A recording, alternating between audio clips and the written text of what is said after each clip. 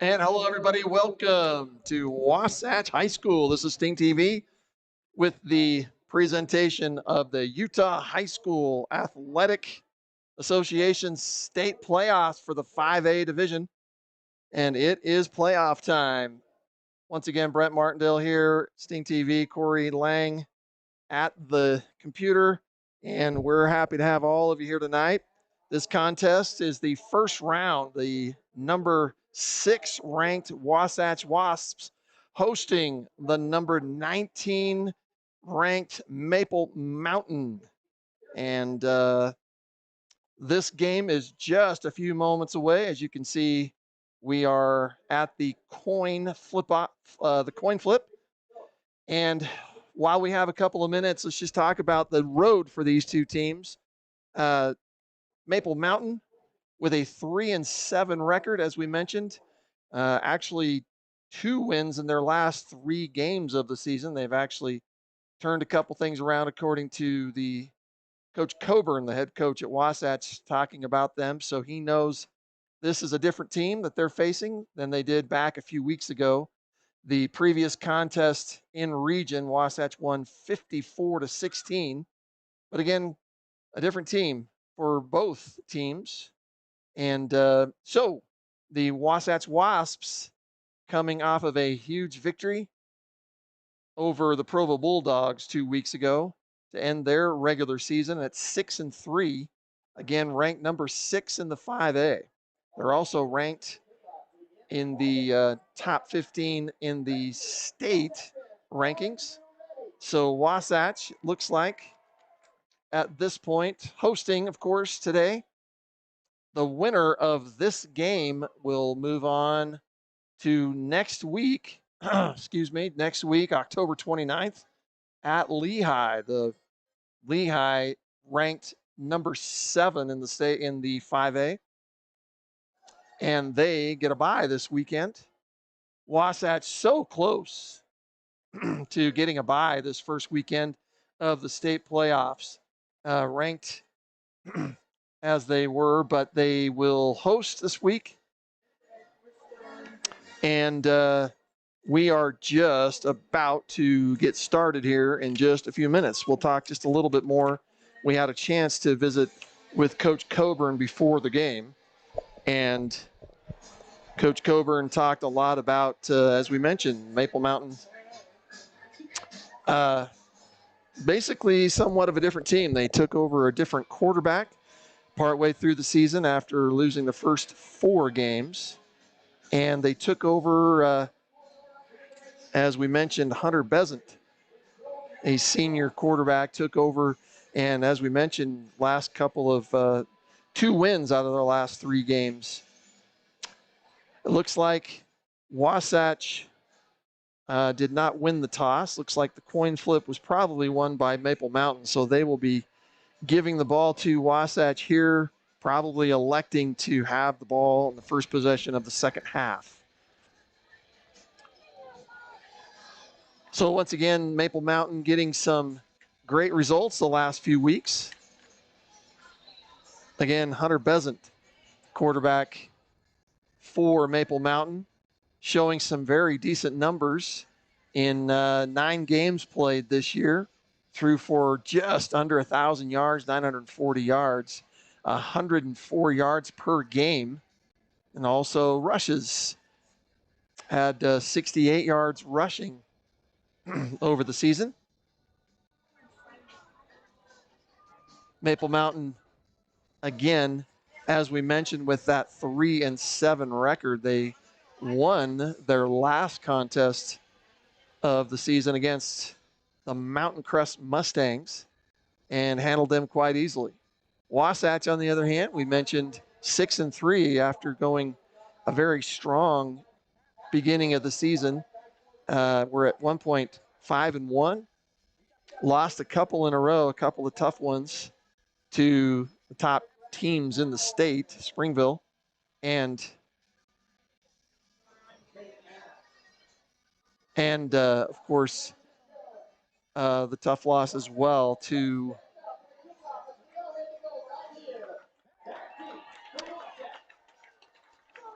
Yeah, sorry, that was not good.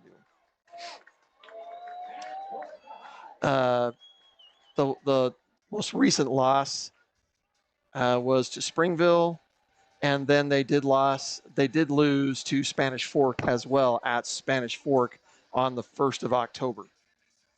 But they ride the big win over Provo Bulldogs.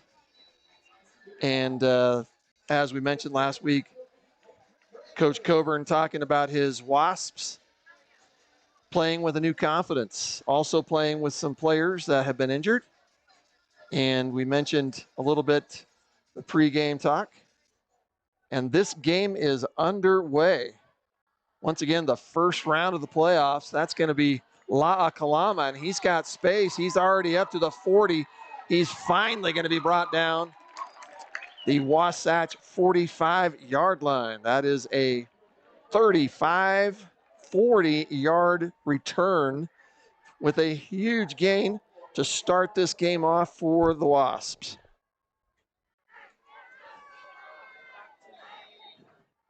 And of course, the big story of the year for the Wasatch Wasps, their quarterback leading the nation, Darius Edwards, with a tragic injury, 4th game of the season.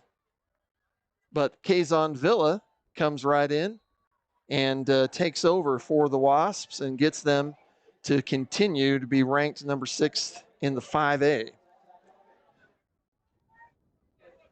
So, first series of the game, Kazon with that pass off the side is incomplete. A blitz is on. Kazon's going to keep it, and he's already at the 40-yard. He's going to be at the 40-yard line of Maple Mountain. And that is a first down for Kazon Villa, his first of the game. And as we have seen often, Wasatch with the no-huddle offense. That is a reception also. This time it is to La'akalama. Another gain, 20-yard reception. And quickly, Wasatch already with their second first down of this series. Kazon is looking right. He's already throwing into the end zone. That was incomplete, but we do have a flag on the play. The first flag of the contest. Looks like holding is going to be called against Wasatch. So the pass was incomplete. It looks like we're trying to see who it was called on. So the penalty will bring the ball back to the Maple Mountain 39-yard line. Still first down for Wasatch. So it'll be first, and it looks like there will be a draw off the line, offsides against Maple Mountain, which will bring back. So that'll be countering penalties by these teams. They're going to march it off. Looks like probably about 5 yards. So now, once again, it'll be first down, and now about 16 yards. Kazon Villa steps back. He looks down the middle. He's going to run through the middle. Meets a couple of Maple Mountain defenders. Avoids 2. Is still on his feet and gets all the way down to the Maple Mountain. Looks like they're going to put him at about the 12-yard line. So it'll be second down and about 3 yards. And there's a pass into the end zone. It looked like there possibly was going to be an interference call, but they did not get that. While we got a break in the action, we want to welcome Kyler Grant to the booth. Kyler, welcome. You've probably been traveling quickly up the mountain. You should, yeah.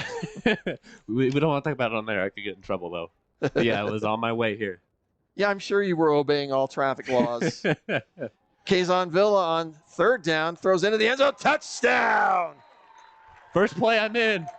Nice little corner strike. He just rolls out to his left, and he sees the wide open man. You could have had his own little 15 birthday party or something. So much space over there. Goodness me. I think that is number 8, Nalu Kitashima, wide open in the left corner of the end zone for the first score of the game for the Wasps. And we'll see Kazan Villa go through his reads, and this is something that we have discussed, is just him taking this time. He went to his first read to his right, and then he just looked left and then saw it. He didn't force his first read, so that was really good. Good play from Kazan Villa. Good opening drives, 7-0 to open up against Maple Mountain. Fantastic drive to open the game. Kazan Villa, as you mentioned, Kyler.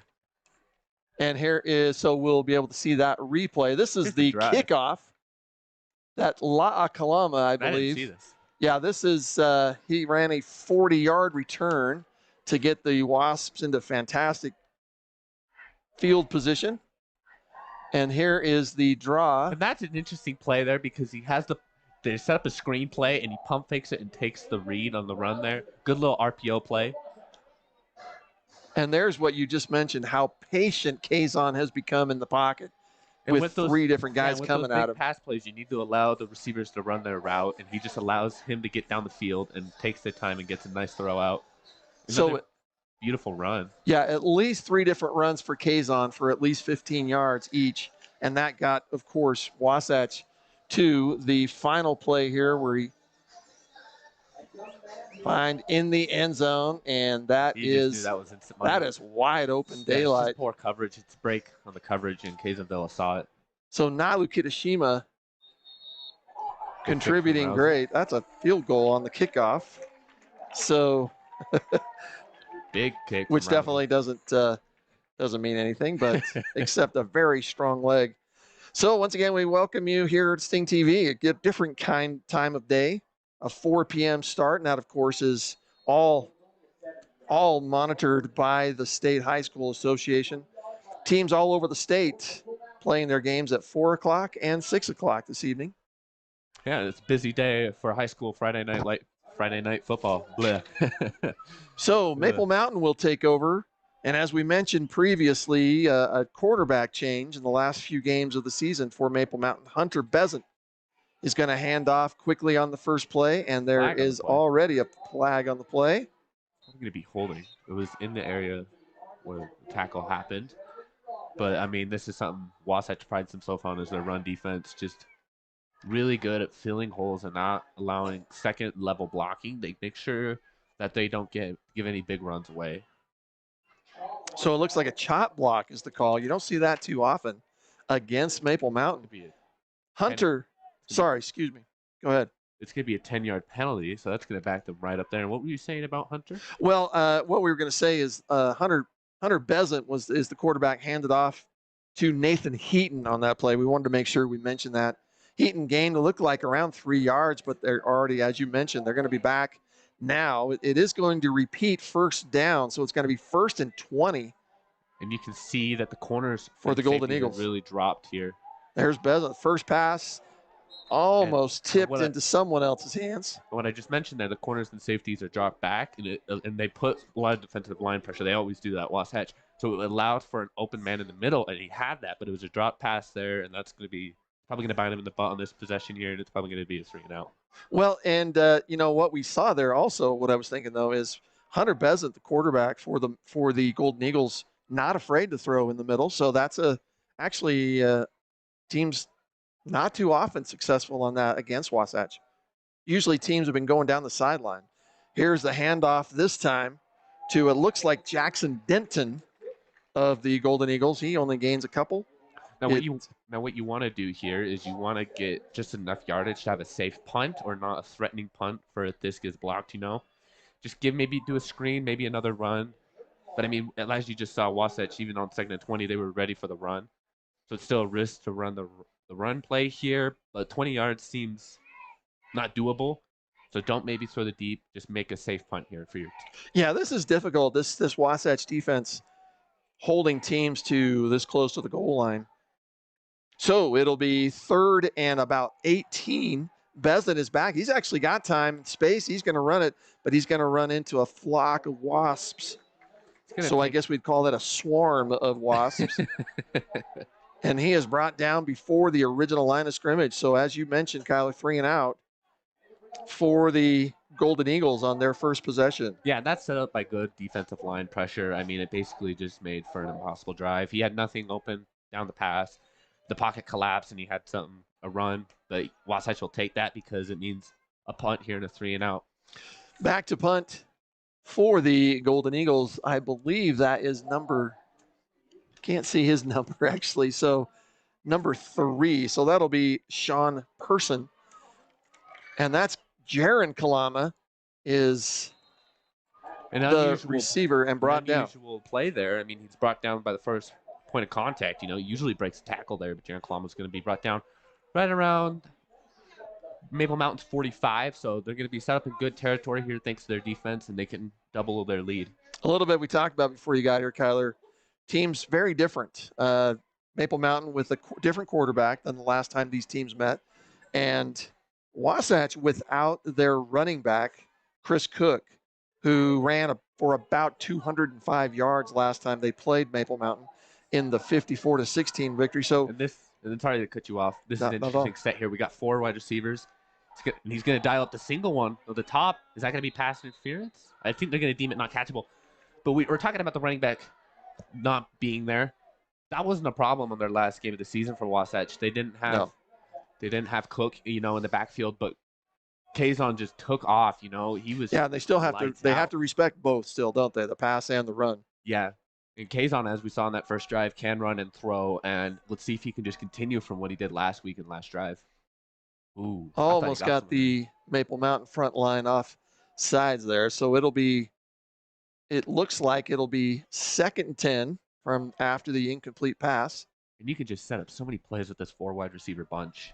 Kazon is met quickly at the line, and that's going to be a loss. And I hope we get a replay on that because it looks like the edge just collapsed. I was looking at the receivers there, but yeah, just a bad block there. He just came off with a lot of fantastic rush. That is number 28, Carson Golding, a senior for Maple Mountain.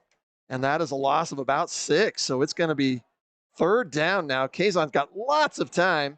Looks to run, but he is swarmed again. He's still on his feet, but this time once again, Carson Golding, that is a 2nd sack in a row. I'm not sure you call that a sack anymore. It looked like maybe just a run tackle. You could have maybe ran past the line of scrimmage and back. I'm not so sure, but it was a good drive there for Maple Mountain, and it's basically just set up from their pressure, because he had the read and he took the run. He should have thrown it there when he was sacked on that first one, but just barely missed out there. Another 3-and-out that Maple Mountain matches, and that could give them some momentum, and hopefully their offense can ride it. So back to receive this punt is Cole McAllister, a senior for the Golden Eagles. The punt is up, and it's a good high kick. Spike. He doesn't catch Fair catch, and takes a Wasatch bounce. And that's a beautiful punt. He just gets it so that it bounces backwards and it doesn't back into the end zone, and he gets distance on it too. Fantastic punt, for Aiden Rouser of the Wasps. So Maple Mountain will take over their 2nd possession of the game after a fantastic stop by the defense to keep Wasatch off the board and to put their defense out on the field again really quickly. Yeah, and this is where they ended their drive last time, so they're going to have another chance, but this time with 10 yards instead of 20. They need to get the rushing game or the passing game. They have a one-on-one opportunity on the top of your screen here. You barely can't see it. They can start with that. There's no coverage. If he can beat his one-on-one, this would be a good passing play. They're going to go for the sweep, though, to number 8. And he's not. That's Cole McAllister with the sweep to the left side. And he is brought down. He'll get a yard or 2. Yeah, and the sweep is a nice idea because Wasatch is always ready for the run. So, maybe try to sweep there to catch him off guard. But Wasatch was ready for that 2 right on the edge. Looks like the hole was just filled there. Getting back to what we were talking about a minute ago before the game, Coach Coburn does not expect the same game as last time, even though the Wasps scored a convincing 56-14 win. He does not. It's back to 0, as he mentioned, and there's a quick pass once again to Cole McAllister on the left side, but that's going to go nowhere. These short plays are not working for Maple Mountain, but let's talk about, the last time they met up. The backfield from both offenses was super different. We mentioned that they have a change in quarterback for Maple Mountain, and then Wasatch has no running back. Totally different style offenses I'm expecting to see here. Maybe not so much for Maple Mountain, but definitely Wasatch. So it's going to be a different style of game than when they last met. So I did that name wrong. That was not McAllister, the receiver. That was Jackson Crow. And he did, as we mentioned, did receive it, but was brought down quickly. So it'll be 3rd down and 9.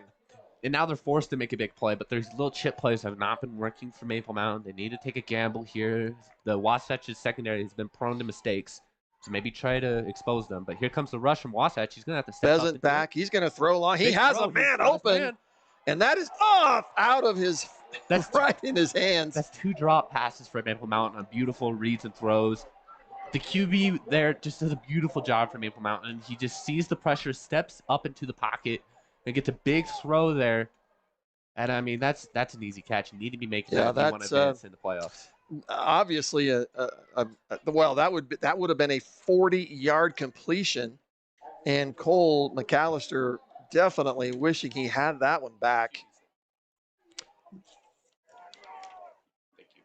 So, a close call, but I got to say, that's 2 different times down the middle that Wasatch has been vulnerable. That's a short, high kick.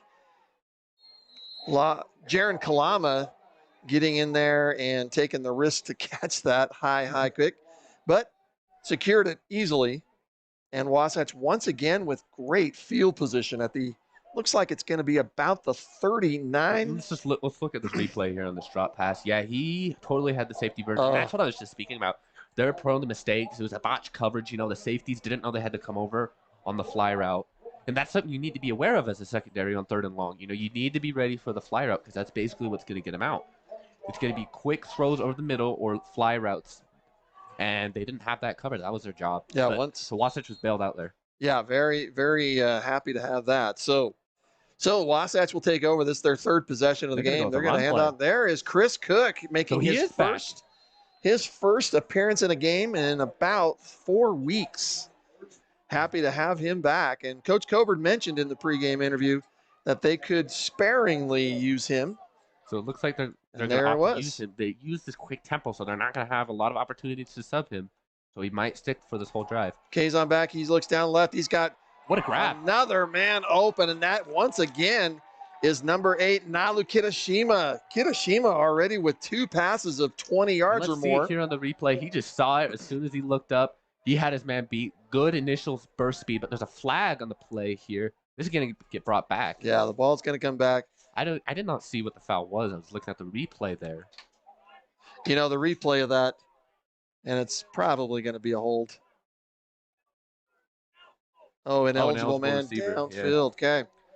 That's too bad. But when that happens, typically the liners believe there will be a run play. Maybe there was just some simple mistake where he just did a running block. But, yeah, that's a big play. Now Maple Mountain's the team that's being bailed out. So here's that pass, and just a beautiful pass by Kazon. He just looks more and more comfortable. Here comes a blitz by the Golden Eagles. Kazon finds his man. Looks like it is caught. The referee says so. Yep, that is Jaron Kalama with the reception. Boy, barely over the fingers and of the Mountain timed their rush very well, and it was a good blitz for them, but it was some really good picked up blocks. Play action, though, as I'm saying that. Josh Sanders with his first reception of the game. And that was a 3rd and 3, and that will be a 1st down. Yeah, so that was a good gain there. He just got around the block there, and just enough for a 1st down as well. The quick tempo is already back up, though. Maple Mountain needs to set. 1st and 10. He's got another one-on-one opportunity, and he dials it up. Is that a pass interference? No? Boy, that looked like an arm was grabbed, but no complaints. They looked like another cute little couple holding hands there, the receiver in the corner, Jaron Kalama on the incompletion. But that was another good read. And this is that was the previous play. Yeah. Nice little toe tap there from Jaron Kalama. But I love this from Kazon. He's trusting his receivers in these one-on-ones. You know, he's throwing it up. He's trusting. And there's no corner right now. So if they took a quick snap, nope. Jaron. Yep. So it'll be 2nd and 10. That's the handoff to Chris Cook again. He's going to slip and fall, maybe a yard or 2. It seemed more of like a safety slide, you know, that you see from QBs. Yeah. I don't know if Cook is now afraid of being hit with his injury. It was an interesting event there, you could say. So 3rd and 9. And you can get into field goal territory, so maybe just do another run here, just try to get 4 or 5.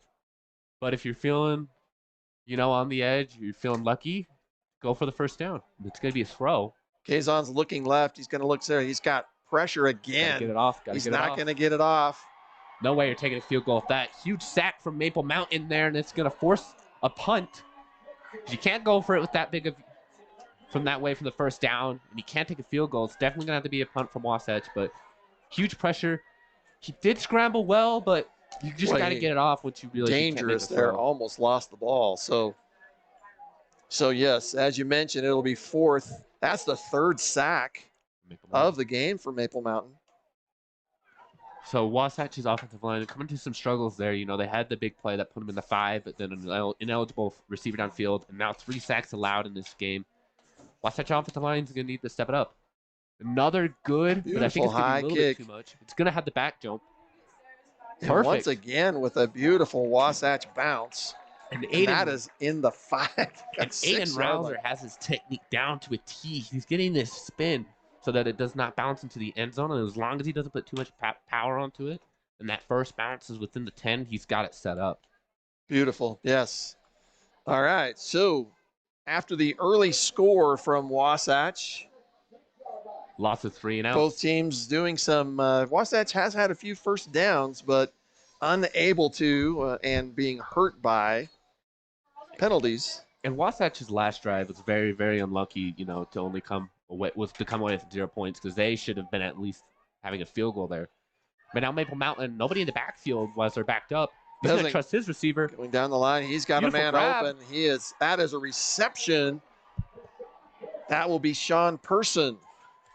And that's just making the catch. And that's the best gain so far this game for Maple Mountain. And that's what we were talking about. They need to get these big drives coming down because the little plays are not working out. Get the big ones growing and then try to do the little ones. That's exactly what they do here. A big 20-plus yard gain there, and now they can get the ball rolling as there's nobody in the backfield once again with the QB. That'll be 1st and 10 now. Hunter Besant. That is, I believe, his second first down. Another big throw. They are going for the home run ball here. Just off target. And I think that's probably the thing to do against Wasatch right now. Yeah, that's definitely Wasatch's weakness. And any big throwing team that Wasatch can come up, if they come up and they advance and they play a good passing team, that's where they're going to struggle in these playoffs is the secondary and defending the deep ball. They either need to get numbers back there or just make the read and know where they need help. But their running defense is looking really good. Now we see Maple Mountain throwing the ball consecutively. They do have looks like a fullback in the field with him. And there's the pass, and that is complete. This time, number 6, Jackson Denton.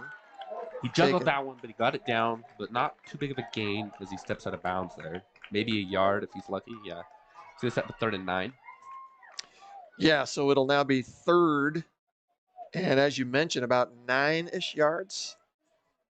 Yeah, 3rd and 9 here. This is a big drive for Maple Mountain here. If they can pick this one up, this is some serious momentum Maple Mountain has. And at the very worst, if they get this first down, if they turn it or if they have to punt, Wasatch is starting with bad positioning, which hasn't happened so far this game. Yeah. So this is a huge 3rd down. It's a long one, but if Maple Mountain can do it, they can seriously establish themselves getting back into this game. Besant back. He takes the snap. Lots of pressure. A little bit of time. Again, throws across the middle. Patient. That's a first down again. This time the reception to number 8, Cole McAllister. And I'm loving what I'm seeing from this new QB here for Maple Mountain, And maybe this is what's throwing off Wasatch, but stepping up in the pocket we see there. And that's what you need to do if you're going to play Wasatch in the passing game. You need to know where the pressure is coming from. And so far, he's showing his ability to read it really well. And that got him a first down. 1st and 10, again, down the middle. There's been a little number there. A little bit of a tendency, but they've also had a couple of completions on the sideline. So this time it is a run. That is to number 6, Jackson Denton. And that's the biggest run so far for Maple Mountain. It's just only 5 yards. Maybe they can, if they're going to establish the passing game, maybe they can also establish the run game. So, Kyler, is there a little bit of feeling of on the heels for the defenders at Wasatch? They got that first quick score. You think there's just a feeling of, we got this game again?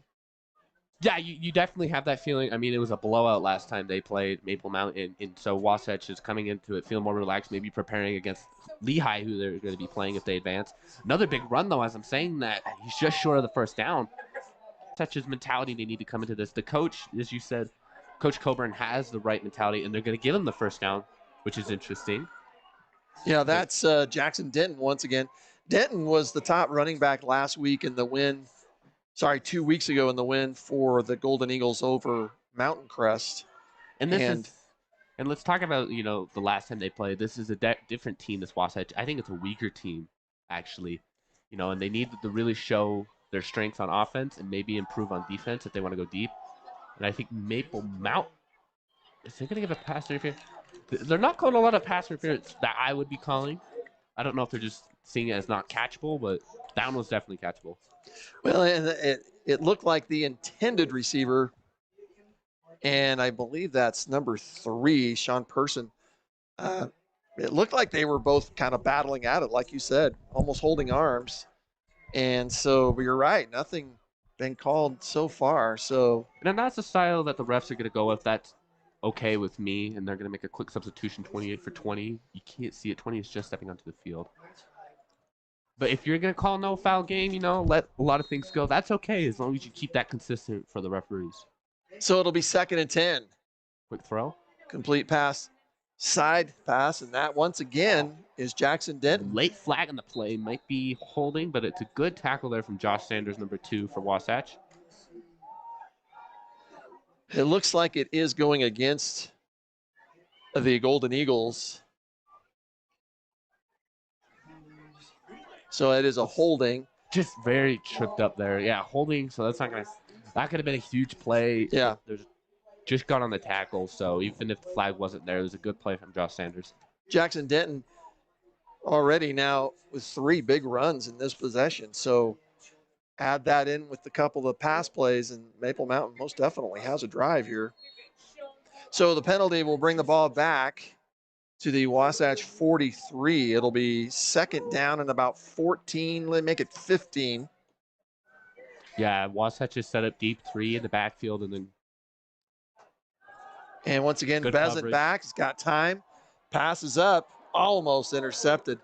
Tipped by the intended receiver, which I believe was number 8. Yeah, that'll be Cole McAllister. But, boy, almost into the arms. Boy, it is hard to do those. Once again, another hold. I think it's a block. No, it's holding. Yeah, this is just backing him up, But Maple Mountains, I love their play calls in the passing game. Looks like Coach Coburn's going to decline that penalty, so it'll be now 3rd down and 15.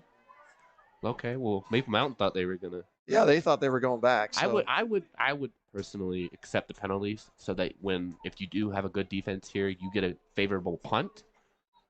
But yeah, I'm a little surprised by that too. But he wants to get this drive over and done and get this into Wasatch's hand. I think it's smart to not have their defense on the field.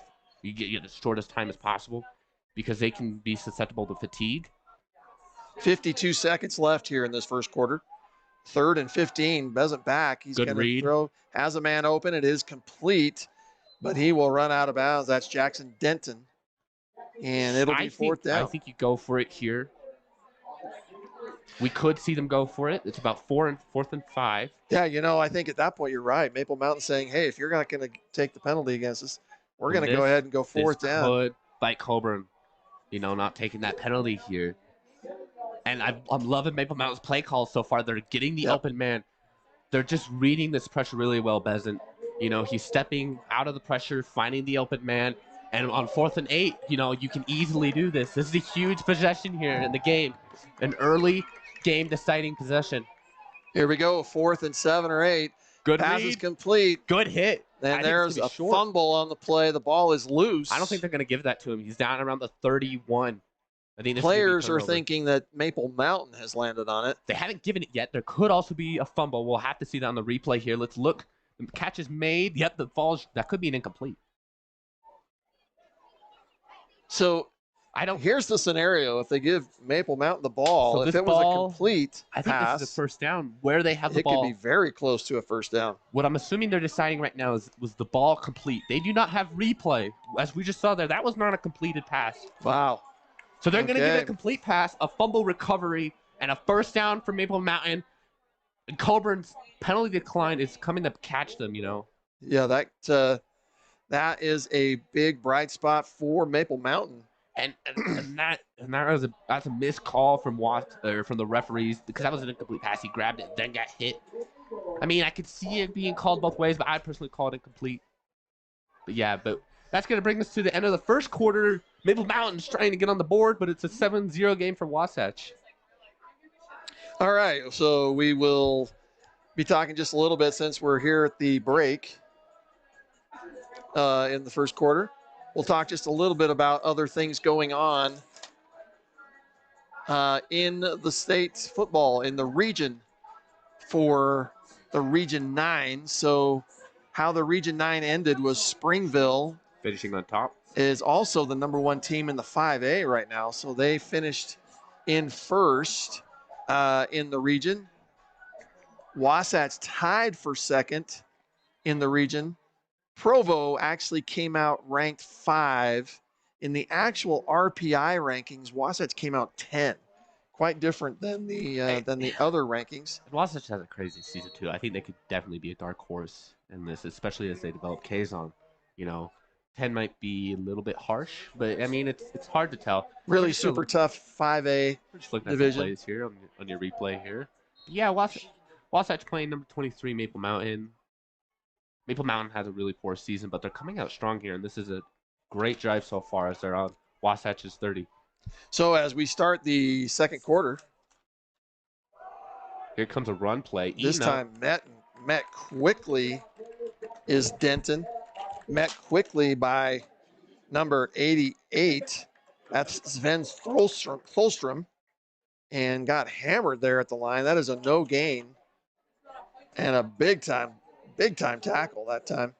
Yeah, so the first play of the second quarter is just going to be a 1-yard gain for Maple Mountain. Let's see what they can do here. So 2nd and 9 for the Golden Eagles. Golden Eagles, they're obviously their biggest scoring opportunity of the game. The farthest they've gone into Wasatch territory. They need to at least get some points on the board here. This is a really unsuccessful drive. Plenty of time. Trust his receiver. Oh, horrible throw. I think he got hit as he threw there. I wasn't watching the pocket there. And an incomplete pass, and that's going to bring up 3rd and long once more. Yeah, Bezant got hit by, I believe that was number 5, Conica High. I think you take the run here, get to field goal position, and get some points on the board. If you want to play safe, if you want to try and make a statement in this playoff game, you got to get this first down. Maybe you still take that run and bring up 4th and short, and you can have an option of going for it. I think the run is the smartest play, though, for Maple Mountain. But anything for your game here, we'll see what they want to run. 3rd and 9. Here we go. The Golden Eagles, once again, Bezant, the quarterback, back. One-on-one opportunity with Nathan Heaton, the running back. He's going to fake it to Heaton. Looks left. He's got a man down the middle. And Good this coverage. time broken up by, I believe that is La'akalama. He's such a bright spot for this Wasatch. one of the strong faces of the Kalamas that are on this Wasatch. Super good in secondary. Actually, that wasn't La'akalama. That was Conica High again. Oh. Let's see that replay if we can see. And he was open too, but La'akalama came in at the end of the play and just. No, that is Laha. You're right. Yeah, La'akalama. It was just a multiple coverage, but it was a good throw placed in. I'm gonna go for a field goal here. This is a big field goal. Haven't seen him. I didn't see him in the warm-ups. I did get to see him. He actually's got a leg on him. So, okay. So this is number, I believe, 44. And we looked on this previously. We don't have a name for that number. Oh, that's short. No leg there. On the roster that we have been given. So we'll do a little research on that. And an empty drive. And unfortunately, that kick goes a little short, as you mentioned. So Maple Mountain, as you mentioned, putting together a drive, they got to still feel good about that, right? I was loving Maple Mountain's play calling, though, in that first quarter, but they did not have some good ones there to start in that little minute of the second quarter. You got to take a short play. I feel like if you're Maple Mountain, they set up either easier field goal or a 4th and short and go for it. Now I think they'll know better, with how their kicker feels. Well, in all honesty, you got to admit that play that was broken up by La'a, That's true. if he's not there, that's a score. It almost looked like, at least potentially. So Wasatch will take over their first possession of the second Good quarter. read from the QB. As La'a Oh. Kalama, there is a flag, gonna but be a I face don't mask. believe. I think that was thrown before the what was a potential face could be. mask. I didn't see holding though. Look here. Yeah, I didn't see it right there. That looks like a face mask to me, and I didn't see a holding, but the timing of the flag, it is a holding. So they're going to give it a holding. I didn't see the block too well, but the tackle didn't look that great. Yep. So they're not calling at all the potential face mask. But it will be a holding. And that was a good read because they didn't have numbers on the side there, so they run the screen, set up some blocks, but the block was not that good, even though he did hold, and there was a tackle. But that was a good read from Kazan. Penalties hurting both teams right now. Kazan's going to keep it. He's going to go in the middle. He's going to get a few yards.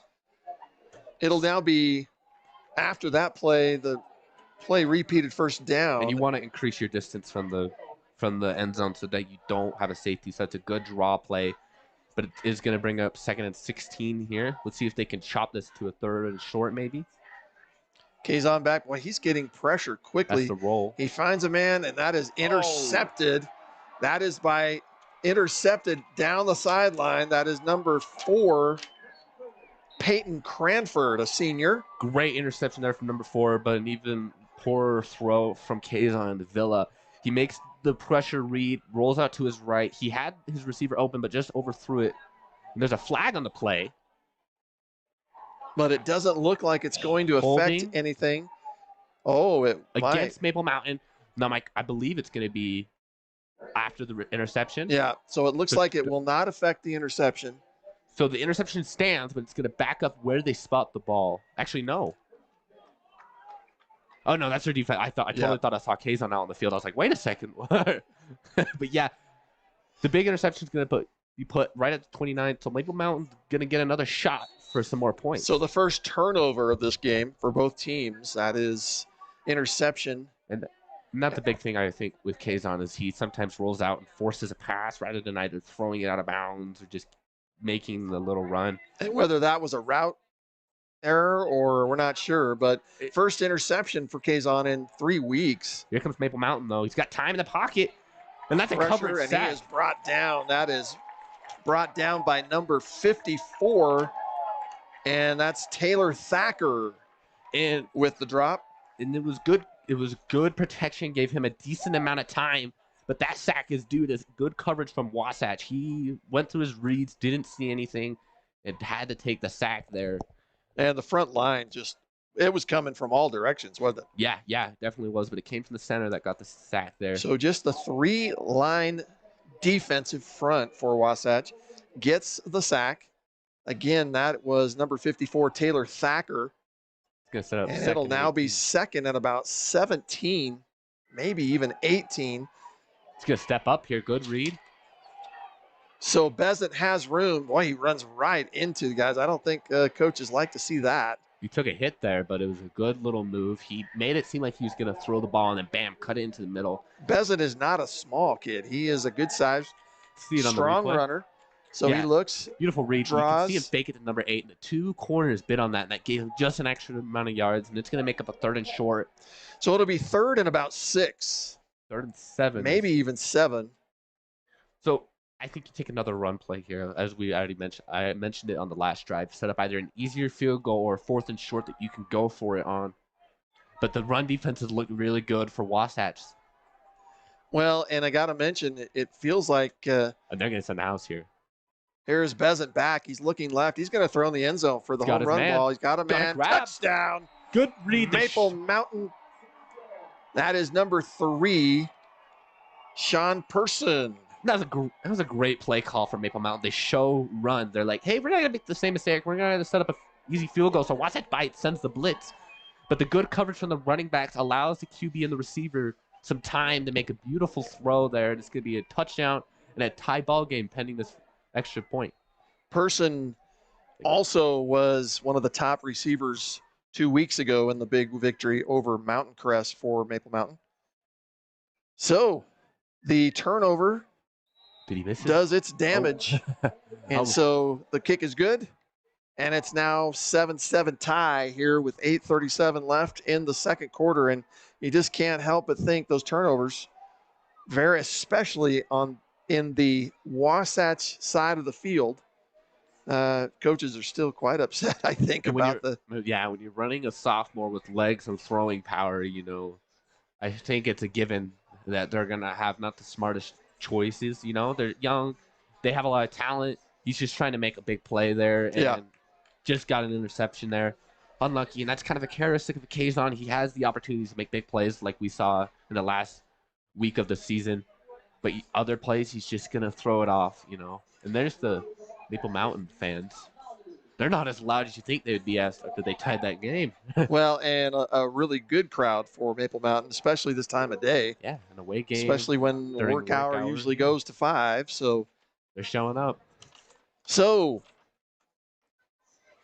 the Golden Eagles tie this game at 7, and they will kick off. Back to receive for Wasatch is number 8, Nalu Kitashima, and number 7, La'a Kalama. That's going to go in the end zone, and it will be a touchback. So Wasatch will take over at the 20. And this game momentum has changed quickly. Once again, we were talking a little bit about some of the other teams in the Region 9 in this state tournament first weekend. Also playing today is Payson is no longer in our region. So we're looking at Spanish Fork, got a bye, and Wasatch. So it looks like Wasatch. Is Wasatch the only one playing? I saw a couple 10-22s. Oh, just behind him there, the intended target, Jaron Kalama. But it looks like I see. No. Well, Wasatch may be the only team playing today in the Region 9. So it looked like 4 teams made it. 3 of them have byes. Wasatch playing. That pass is complete this time. Good move. Looks like down the sideline. That is Jaron Kalama. QB gives him another chance at redemption after that missed throw to Kalama, and he's going to give him a first down. Or no, they're not moving the chains. Yeah, it looks like he ran out of bounds apparently. So it'll be 3rd and 2. Wow, this is already a big play here for Wasatch. Expecting a big throw. Kazon, the throw. That's a completion and a first down to La'a Kalama. He's going to run all the way down to the 48-yard line of the Golden Eagles. I don't see any flags. Run after catch. La'a Kalama making them. Big yards here. Just a good read from Kazon on the slant there. Yeah, huge great run. Break tackle there. And that's going to put him just in the Maple Mountain territory. Great job, crew, on those replays. Oh, great replay there. So it'll be 1st and 10 at the Maple Mountain 47-yard line. Kazon once again back. He's going to get pressure from his right. He's looking down the line. He's going to throw. It's complete. And it looks like... I thought he had his foot in. And it looks like, they didn't call that complete at all. So it looks like intended receiver was, I can't tell. I think that's Kalama, Jaron Kalama. I believe that's number 3. Yep. Jaron Kalama. And Kazon Villa reads the pressure well, escapes to his left, makes a good throw. Just unlucky that the feet weren't in bounds on Jaron Kalama there. All right, 2nd and 10. Kazon looks, that's Josh Sanders. He's got open space. He is finally brought out of bounds. Another 3rd and short, looks like. Nope. Looks like a first down for the Wasps. Yeah, good read there. Numbers are not on that side, so run the screen. Good little play, got a first down there. Josh Sanders with his 2nd reception of the game. His read on the top. Late hit there. Oh, and had a man open. Boy, they faked a screen play there. Jaron Kalama showed for a screen, and then they rolled up a big throw. I like that play call. It's gutsy. It shows that you want to win. Oh, yeah. But Kazon got hit hard. Ooh, I didn't see that. It was too Yeah, he got hit hard. If we can see the replay. Now we're already live, so there's never any time to do the replays. So it'll be 2nd and 10. Kazan looks left. Yeah, He's got a man open. They do the completion on the side. That's Jaron Kalama. He's got the first down, and he's down to the Maple Mountain 12-yard line. Once again, another first down for Wasatch, moving the ball well. And you'd this think he'd possession. be a product of NASA because he had some rockets on there. His acceleration coming off of that short grab to get the first down. He's going to get another try here. Same play. Jaron Kalama with the catch. Break. He's down to about the 7-yard line. He'll be brought out of bounds. Pushing out of bounds. Jaron Kalama's speed and his ability to get a grab is insane. Jaron Kalama's biggest strength is his strength. His ability to go through contact and get yards after contact. Well, and amazing. The quick pass to the sideline working really well right now for Wasatch. And they're going to... It was on the snap. Looks like a flag. Some of the Wasatch players motioning that Maple might have been a little off sides. Oh, yeah. Neutral zone infraction on the defense there. It's going to put him right on the goal line, essentially. So the penalty, as you mentioned. No, it's just a 5-yard penalty. So this is going to be 4 yards away from pay dirt. Nobody in the backfield with the QB here. It remains first down. Kazan's thought of running it. He's going to look to the sideline. Out of bounds. And there's an uncharacteristic thing. Kazan Phillips throwing the ball away, but it was the right play. It was initially a draw play. That's what I think too. It looked like he wanted to run that ball. And was clogged quickly by Maple Mountain. So it'll be 2nd and goal. Kazan Villa on the verge of another score for Wasatch. Maple Mountain's going to send the house here and try to back him up. Kazan's going to keep it. He runs to the left. He's pursued quickly. Rat tackle. That is brought down by number 71. No, 11. Which one? Number 11. Number 11, and I don't have them on the roster either. I thought it was a 7, but it was 11. Okay. So we don't have that number on the roster. It was a fantastic. That was a great rat tackle. And if he doesn't make that, there's 6 points for Wasatch. 3rd and goal. Kazan's going to keep it. This time he has space, and he runs into the end zone. Touchdown, Wasatch. Kazan Villa. He kept trying, and he got it that time. Touchdown for Wasatch there. Kazan showing a lot of patience after the previous interception, but comes back and does a fantastic drive all the way down the field there. So the touchdown is the 2nd of the day. First rushing touchdown for Kazan. And we can get this score. Once again, the momentum changing quickly, Kyler. Yeah, that was a great drive from Wasatch. I think that comes out of Jaron Kalama and his ability to run the ball after catching it. And a blocked field goal or point after attempt. It's going to keep this a 6-point game. So momentum a little bit in Maple Mountain's favor, I guess. I don't know. It's pretty split. But so far, we've got a great game. I was expecting, not such a great game. But this is a great matchup. And like we mentioned, Coach Coburn before, I don't know if we have a replay of that block kick, but in the interview before, Coach Coburn had no indication and had not worked at theme at all, thinking like they were just going to do a blowout. They knew it's back to 0, and they knew that he knew that this Maple Mountain team would be very ready to play in this first round. And you asked me earlier, what's the mentality coming into this game? And I said Coburn has the right mentality. Treat it like this is like the biggest team you can play. I mean, I don't think all 52 players or how many players Wasatch have that exact mentality. But if your leadership, your coach, and your captains are showing that mentality, they could lead, through this game. And they have the lead. So hopefully they can keep that good mentality and the score up. So the kickoff after the touchdown is going to stay in play. That is number 6, fakes a handoff. Oh, a fumble.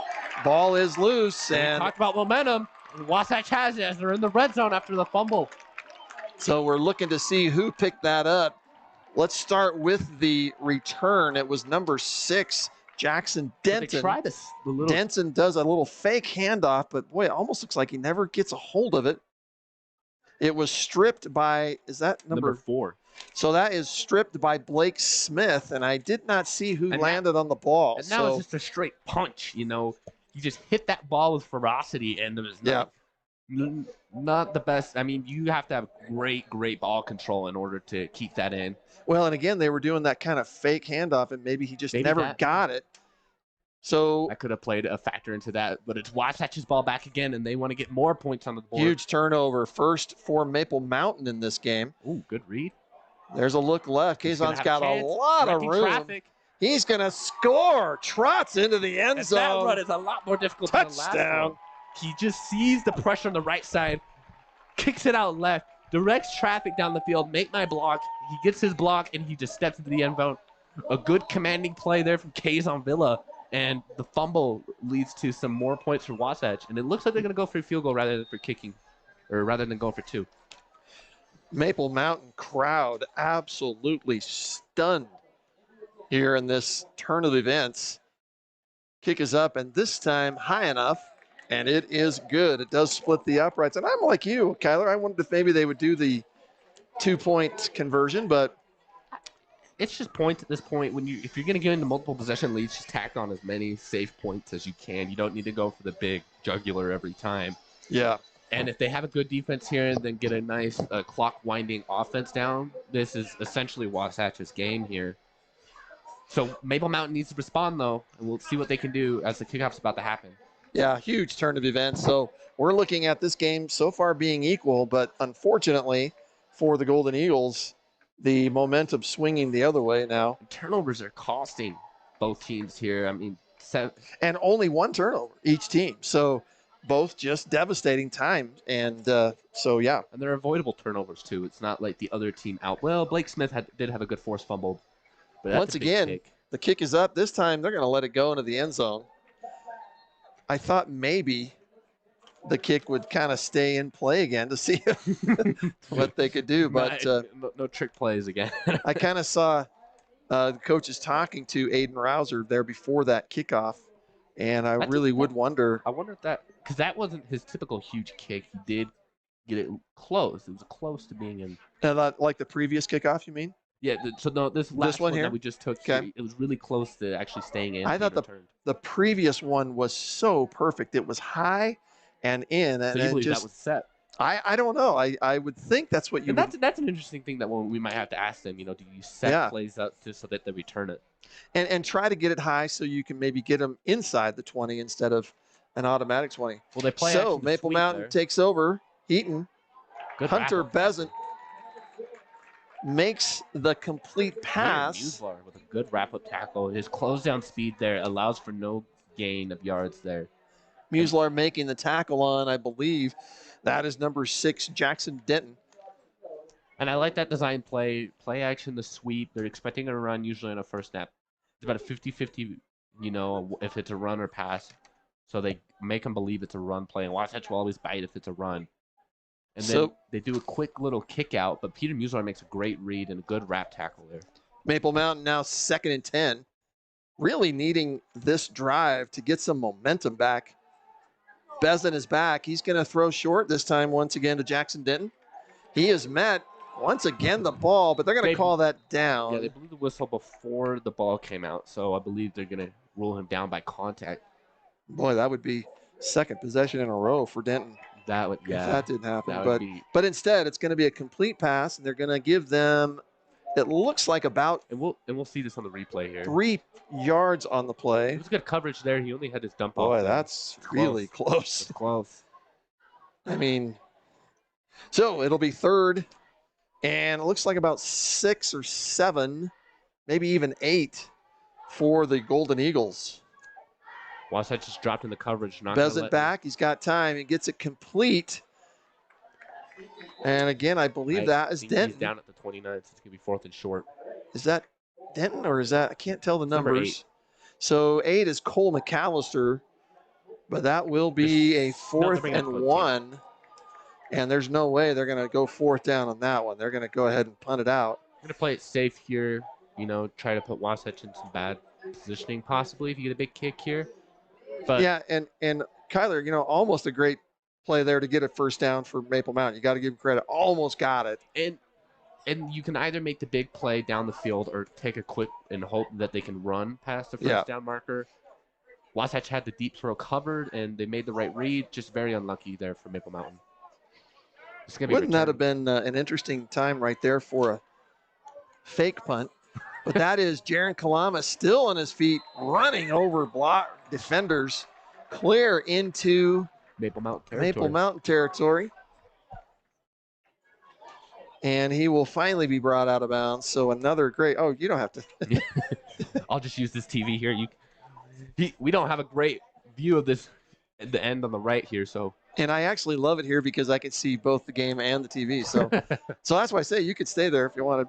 So Wasatch taking over, if you don't mind this.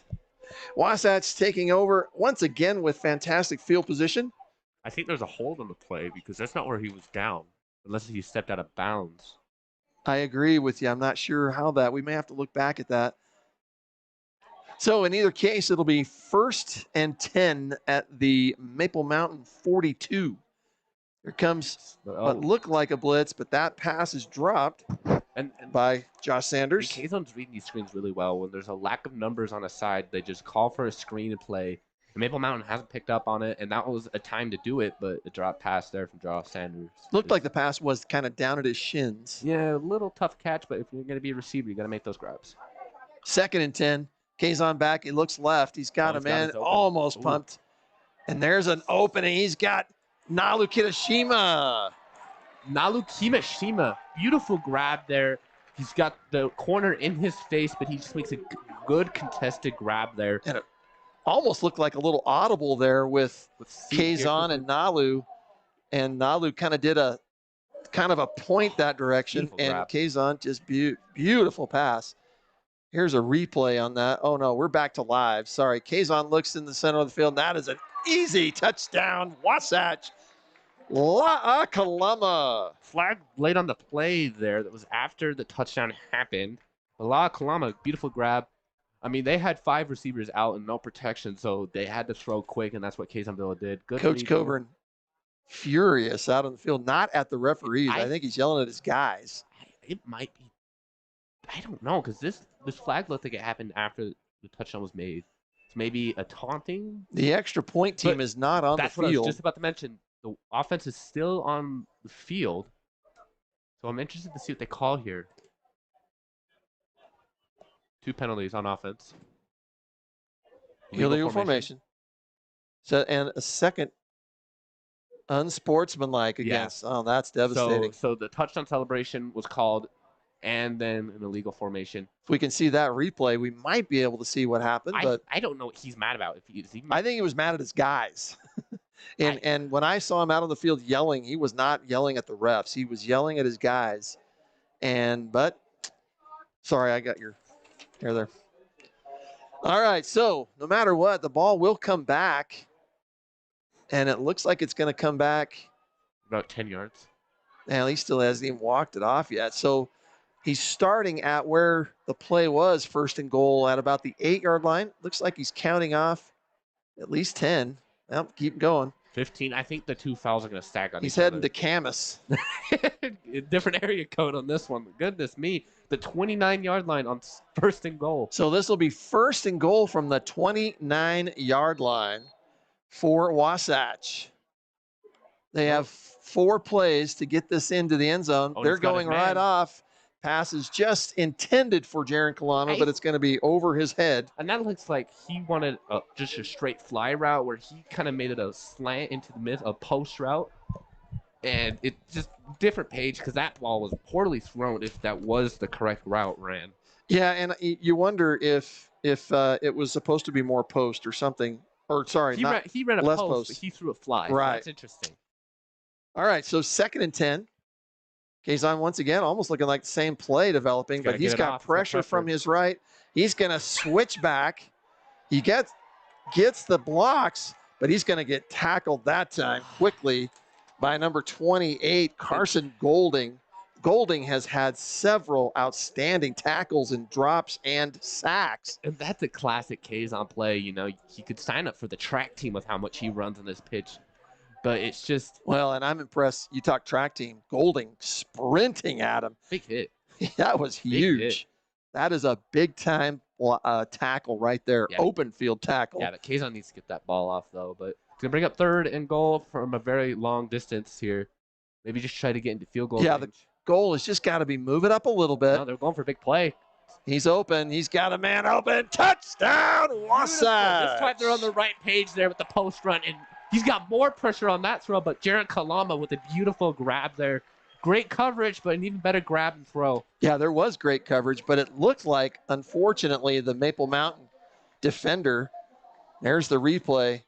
Yeah, the Maple Mountain defender just had no chance not being able to look up and see. Yeah, Jaron Kalama had the step, but once he saw the receiver had his hands out, he tried to get a hand in there, and he did. But Jaron Kalama just has really strong grabbing and catching technique, and that just came to fruition there. Good grab there. Wasatch is racking up the points towards the end of the second quarter. So Wasatch making magic out of the 3rd and goal at the 29-yard line. The referee is discussing something with the Wasatch coaches.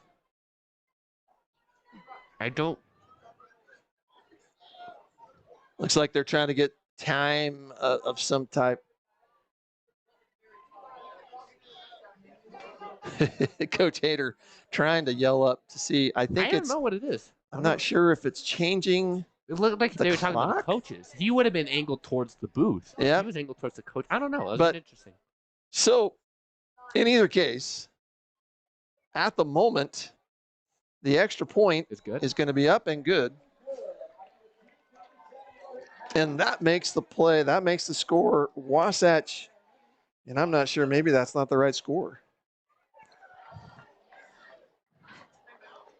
That's what they were arguing about.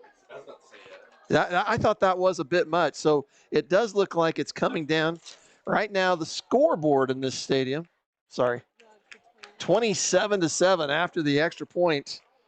And what I think happened is on that touchdown that was initially scored by Jaron Kalama on the slant, they kept those points on the board, and then he scored again after the penalty reversed it back, so they just had a double touchdown on the board.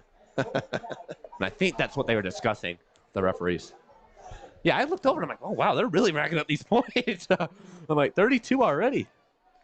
So with the kickoff imminent here, Wasatch builds a 20-point lead with about 2:57 left here in the second quarter. And that kick's going to go into the end zone for another touchback. Yeah, momentum changes quickly. And now you have basically almost a 3-touchdown lead.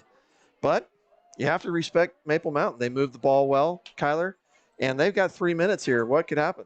I mean, I think we have a little bit of commentator's curse. We said, we got a great game. This is close. And then they, bam, go score 20 unanswered points.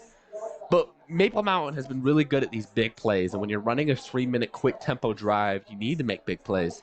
So this is definitely a drive that favors Maple Mountain. But Wasatch is going to be ready for it. So this is going to be an interesting drive. But they need to get some points on the board heading into the locker room.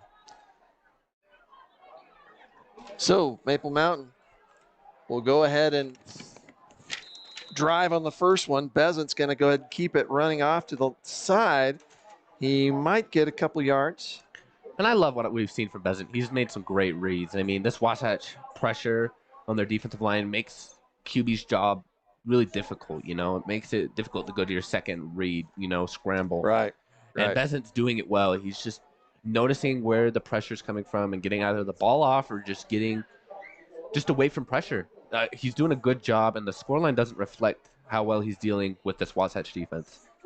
Second down and about 8 for Maple Mountain. It's going to be a pass play here. It's going to be a Bezant looks up. He's got a man open once again. Oh. What is that? No, they're going to call it incomplete. Boy, I hope we get a replay on that because that was really, really close. The referees are going to say that's incomplete. But I think our replay might tell a different story. That's Dylan Dixon. Can we go back? Go back one more time with that replay if that's possible. Let's see here. But yeah, that was really close. Dylan Dixon almost with an INT. And we've had multiple drops here today from Maple Mountain. Yeah, here's that replay. So it looks like the intended receiver is once again Jackson. Oh, I think the camera just missed Denton. And it was close. So, the camera just missed it, but it was really close. But the referee right there in his face. So he was able to see. He had a great angle on it too. So it'll be 3rd and 8. Wasatch back deep. Hunter Bezant back. Oh, he's got a man open. Fantastic catch this time by number 11, who we do not have. Oh, no, we do have that. That is Beanie Kilpack. Beautiful grab. Sorry, Benny. And I've talked about it, Bezant is just reading the pressure, reading the routes. Good throw. I mean, that was in like the triple coverage, but he read exactly when the route made its move, and he threw it right on the money. The Wasatch can't do nothing about that because that was just a great ball and good catch. I agree. That's a great catch. That's Benny Kilpack. But the clock is ticking, and Maple Mountain's not in the Wasatch territory yet, so they need to get down there. 2:15 left here in this first half, but Maple Mountain causing some waves. A run play. There's Jackson Denton once again. He's still on his feet, and he's got open daylight. And we've got a game. We've got a game. Touchdown, here. Maple Mountain. That's Jackson Denton. And that's just second-level blocking. You rarely see that when you're playing against Wasatch. And they are and he just breaks. I don't even think he got touched. Great blocking for Maple Mountain. Great speed down the sideline there. That'll be in the books as a 60-yard run for the touchdown. Oh, he's flying down the sideline there. Major acceleration there. Just reads the hole and shoots up it. I mean, good blocking, good running. He was gaining space away from Blake Smith, and Blake Smith is the runner. So, fantastic score there to answer for Maple Mountain. And you were standing up watching the right side of the and then it goes all the way to the left, you know. You couldn't see on the right, but I actually was able to see the whole thing. So, and that kick is up and good. Oh, goodness me. For Maple Mountain. Again, we don't have who number 44 is. And we just keep jinxing this one. Well, we say, oh, maybe it's not going to be a close game. Well, we said Maple had 3 minutes and that it was a very important possession for him, and sure enough, that was a fantastic run by Jackson Denton. I mean, and as our camera picks up here, the beautiful mountains. I mean, it's a beautiful place to play at the Right Tree Stadium. Heber Valley is a beautiful place to live here. Now, the one problem, a fantastic score, absolutely best offensive play of the game there by Jackson Denton. I know what you're going to bring up. It now leaves Wasatch with 2 full minutes. And 3 timeouts. And 3 timeouts. And they've been passing this game, throwing towards the sideline, stepping out of bounds. So Wasatch has a lot of time. So maybe I was going to mention that, but I was too blown away by the run. You know, you just beat me to it, you know. Maple Mountain looking like they're doing something different for their kickoff.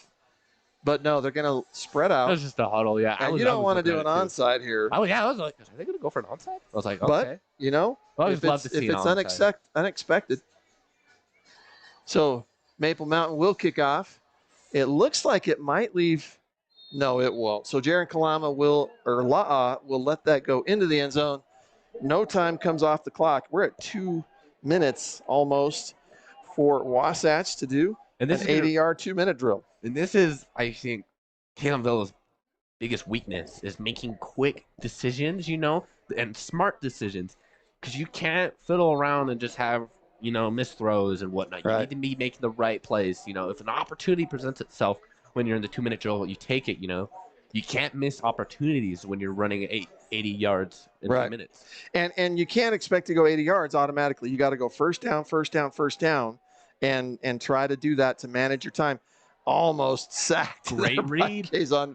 And that is Josh Sanders protecting the ball really well. And their quick tempo that they play is really going to benefit them here as they're trying to move. And they fake a screen once more. We're going to see it quickly in the replay here. You can see number 7 there for Wasatch step for a screen, and it baits that corner right there. And then Sanders is wide open, So here we go. The pass ball. Oh, dodges the sack, rolls out to his right. Passes up. He's got number 4. I don't think he had his feet in. Yeah, the intended receiver, Blake Smith, knocked out of bounds. I don't know if we should call that a bad throw, but it's barely off. Just a little bit out. And he dodged that sack really well, because that was a for sure hit. There's the pass up, the replay. Yeah, his left foot just toe tapped out. Couldn't see it. And you only have to have one leg in, right? You only have to have one foot in. High school and college, you just have to have one foot in. It's not the NFL. So if he would have got his right foot down first, we would be looking at a different story. So the incomplete pass will stop the clock at 1:32 left here in the first half. Wasatch at their own 36-yard line. Timeout? Like I say, the clock is not running, so no need to call a timeout in this situation. Well, I think he's pointing towards Maple Mountain, and he's motioning number 3. Yeah, I'm wondering if there's too many players. No, nope. The refs wouldn't stop it for that. There must be something wrong with number 3. Like improper equipment or something. Yeah, maybe blood on a shirt or something. Yeah, something like that. Yeah. All right, so 2nd and 10. Kazan looks left. He's got a man. He's got Jaron Kalama. I don't like that play. I do not like that play. They try to do a screen across the middle. Doesn't get them yards, and it's rolling down the clock. Try to get something out if you're going to take something short, you know. If you're going to go across the middle, make it a big gain. Not a 2nd and 8. 3rd and 7. Sorry. Yeah, that's my mistake. 3rd and 7. And almost entering under a minute here. Clock is running. Kazan's looking down the middle, thought about running. Still on his feet, looking for a receiver. He's going downhill. He's got a man open, and it's just a little short. And no flag. I don't think there's a flag. I don't, but yeah. Everybody in the Wasatch fan stadium is disagreeing with me on that. I liked the coverage there. The only thing that I would have thought with that is if the defender can't just put his hands up in the air. He has to look. No, he doesn't, because he can go up with the guy when he jumps, right? And that's exactly what he did. Yeah. He saw Josh Sanders make a motion to grab the ball, and that's when he engages contact. So that is great coverage. And they had that throw, but he was scrambling at the time, and so he had to come back. He was so far away, he couldn't make that big throw, you know. Oh, he's got to get this off. Can you take a quick punt? He can still kick it. Use your left if you can. Well, throw it. This is now Maple Mountain's got a shot. 3 timeouts in 50 seconds in Wasatch territory.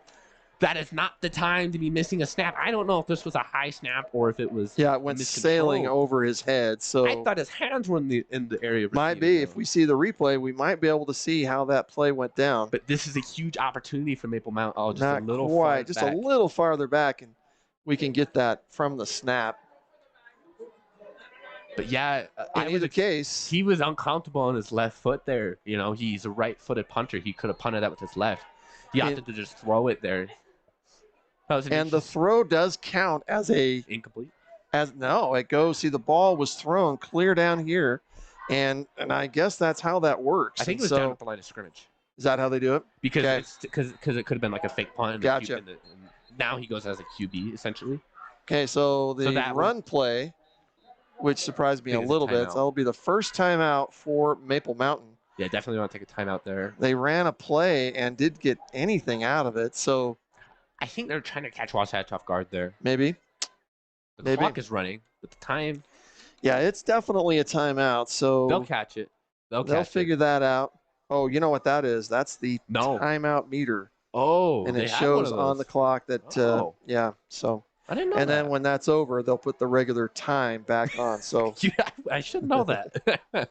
Well, I think one of those new fancy things with the new scoreboard that they got in the main booth there. So, all right. So a little recap of this game.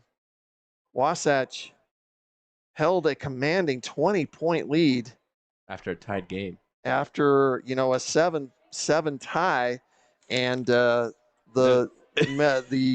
Golden Eagles, Denton Jackson, with a fantastic 60-yard run in possession to score another touchdown, has made this just back to a 13-point lead now for Wasatch, and definitely a game. And this is a commentator's curse type of game. You know, we say, oh, it's going to be a blowout game, tie game. Oh, it's going to be a close game. Yeah, hard to tell. Game. Boom, right back to a close game. And Maple Mountain has a chance to make this a one-possession game. And I think not opting to go for a 2-point conversion could come back to haunt them. But that's a late game talk where I'm talking now. But right now, we have a minute left on the clock. It doesn't show it right now, but Maple Mountain has a chance to make this a very, very interesting game heading into halftime. Passes up, and it is complete. Oh, but then the ball is knocked loose. Unbelievable. So if they call that a reception, which they did. Yeah, they're not going to go back on that. Because they don't have any replay. Because that's an incomplete to me. You know? I don't think he ever establishes control. You know, you need possession. See, I thought he did. I thought he caught it and brought it down. So let's just see on this replay. See, there's a catch. He's got it. He's running. Yeah. I mean, if we had the opposite view of him, because we have his back to him, if he doesn't have, because there may have been some juggling in there, but the referees are going to call a fumble, and I think you can definitely make an argument for that. You can make an argument both ways. But yeah, I was just talking about the commentator's curse. The Maple Mountain is the chance. Wasatch with the ball back on the turnover, a devastating turnover for Maple Mountain. And Wasatch has time. But Wasatch needs to take care of this, don't they? And you see that right there. But that's not taking care of it. Just not quite the way they wanted. And again, I think the pass just a little low on that. But boy, there was a lot of traffic there. It was actually a risky pass, in my opinion. Yeah. So it'll be 2nd and 10. And once again, as you mentioned earlier, 2 receivers on the left, 3 on the right. Kazon's back. He's wanted to run, and he's going to get sacked. And he tries to throw it, and that what do they call quite that? Possibly I didn't see an incompletion signal. So yeah, they're going to. But they blew the whistle. They're going to mark him that his knee was down. No, I don't know. Wasatch's referee or Wasatch's coaches are arguing. No, they're calling it an incomplete pass. So I wondered if it would be an intentional grounding, but there's a receiver in the area, is what I think. Well, and if your knee's on the ground and you try to anyway, so 3rd and 10 now for Wasatch in a very peculiar scenario. This is La Kalama. He's going to run. Goodness. He runs over a man. He's still on his feet and knocked out of bounds. And there's going to be a penalty against Maple Mountain. Oh, my. He hit that him. Will be a late hit. We've got to get a replay. He had 2 guys at once. He just hit both of them. Yeah, that's a huge, huge gain there for La Kalama. Man, La and Jaron. The only thing, okay, there's a personal foul against Maple.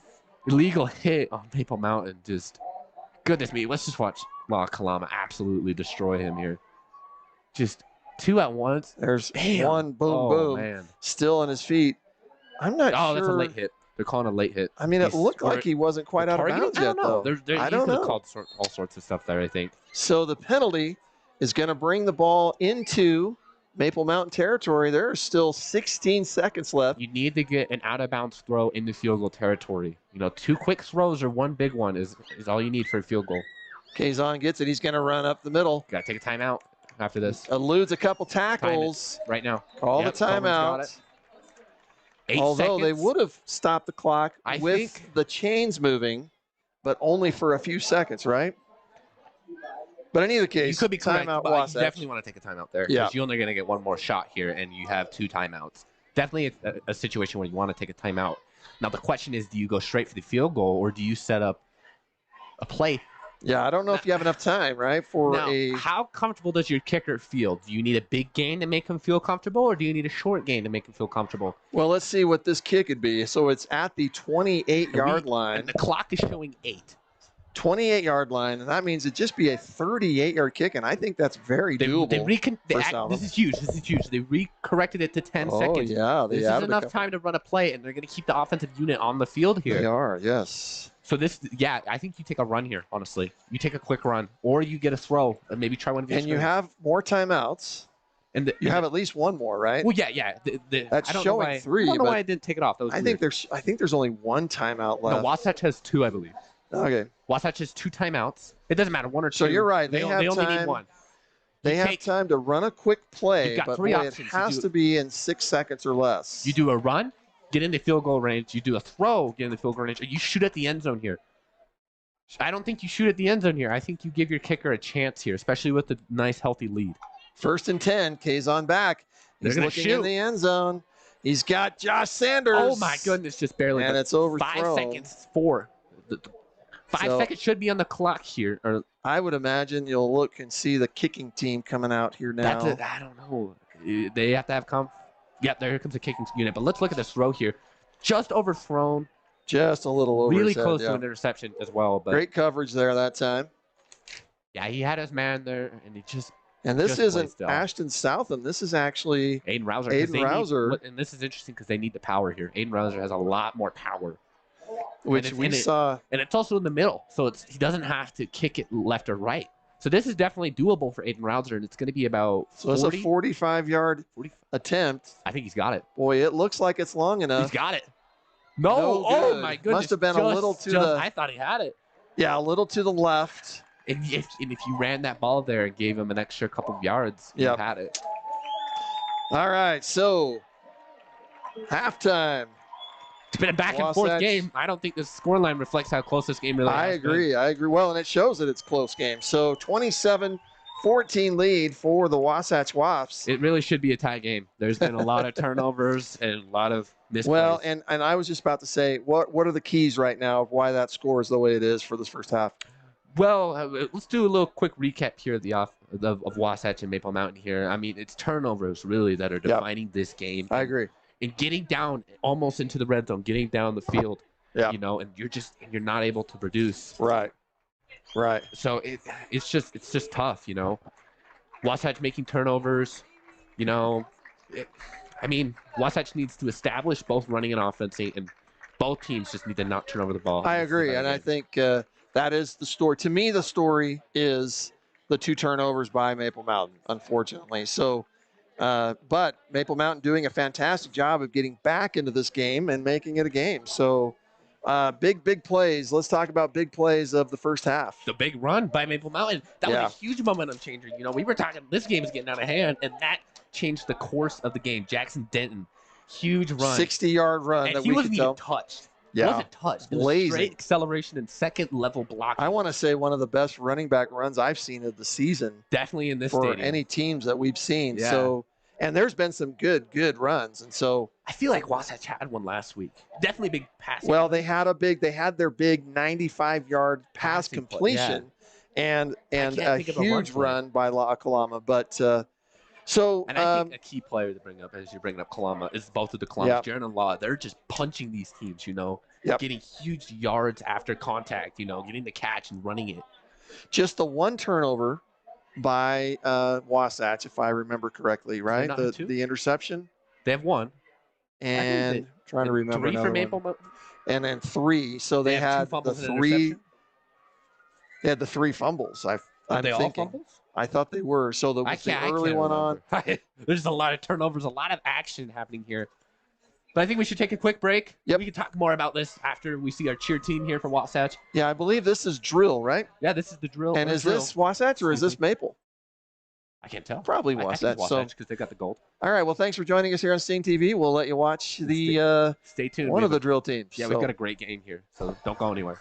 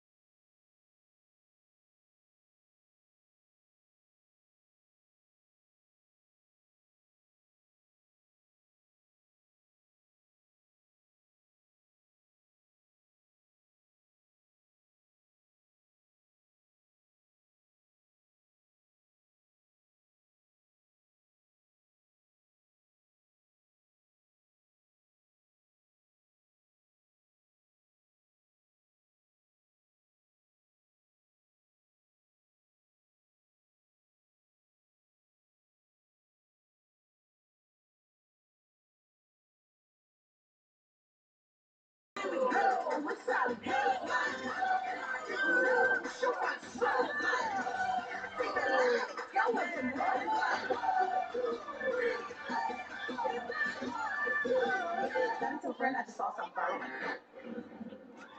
Let's hear it for the Elevate of Maple Mountain.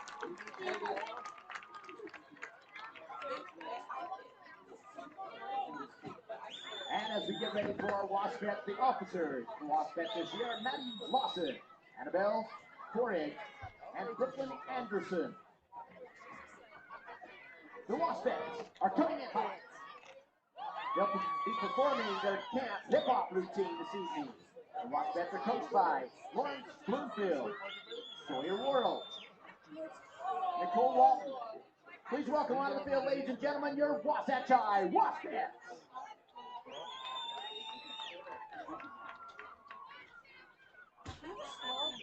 What's poppin'? What's poppin'? Yeah, y'all know what it is. What's poppin'? Brand new whip, just hoppin'. I got options. I can pass that like Stockton. Just joshing. I'm spending this holiday locking. My body got rid of them toxins. Sports in the top 10. I can put the ball under his zone. I can put the ball in the zone, put it back in the friend zone. Ooh. I don't do the most, but I do a lot. I'ma make a toast, yeah, shit, nah. Just like the fajita, I write what I live. My life in the speaker. I'm nice with the flow. Just like the demeanor. I'm feeding my fam. I'm feeding the meter. They got the iron, well I got the steamer. I bring the fire, but you never seen them. I testify, I don't need a subpoena. They want my soul, better go to Korea. I love my dog, just like I'm Peter. Gotta protect them. I made the call up, but just like I'm rapping. I know we left you, now we back together, but I guess that is better now. Later than never, like.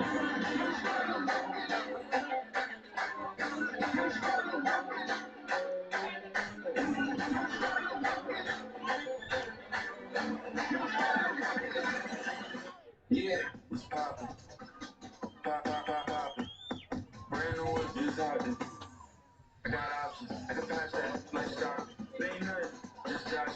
I'ma spend this holiday locked in. Locked in. What's poppin'? Pop, pop, pop, poppin'. Let's hear Wasatch Wasatch.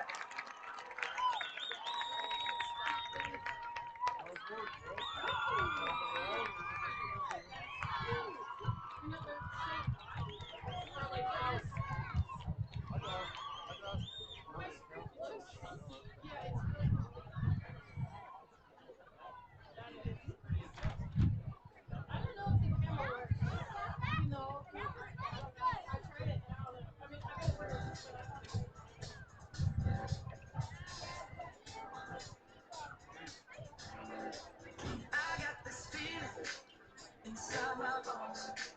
It goes electric, baby, when I turn it on. Off to my city, off to my home. We're flying up no ceiling when we in our zone. I got that sunshine in my pocket, that good soul. That comfort in my pocket. Take my eyes off it, open up the beat. Rock it, don't stop it. Under the lights, everything goes.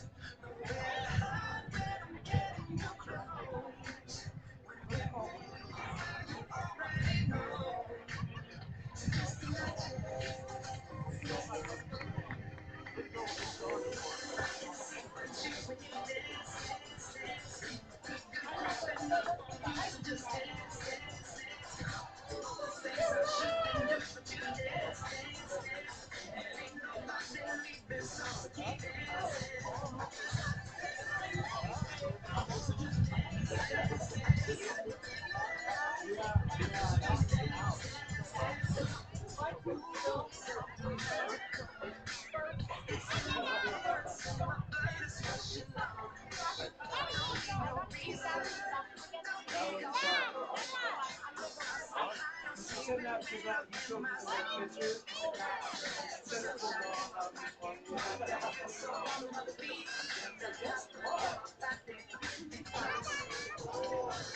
take my eyes off it.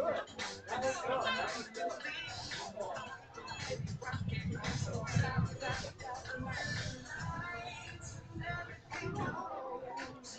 No matter how bad I'm getting, you close. When they move, you already know. So just imagine.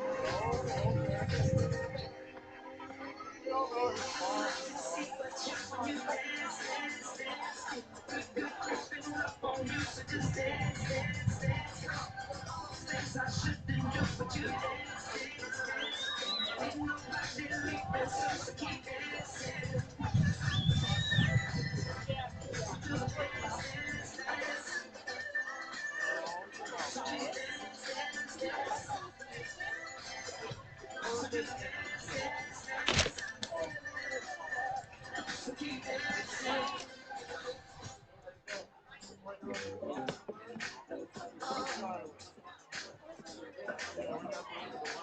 I can't stop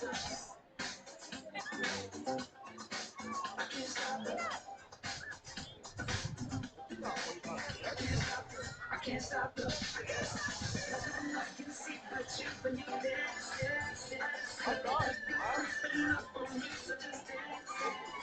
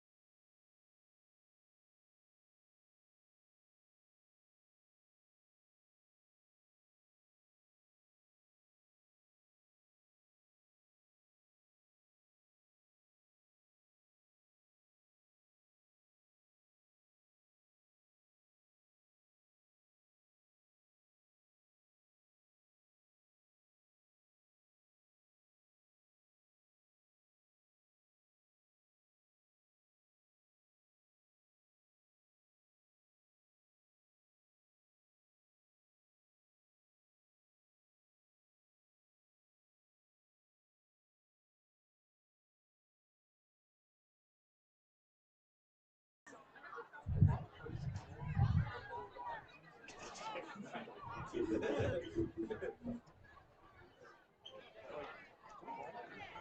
in about 3. All right, so Is our audio and everything good? Change anything, sir? Okay. All right. Just making sure. okay, I'll pull this in and then I'll.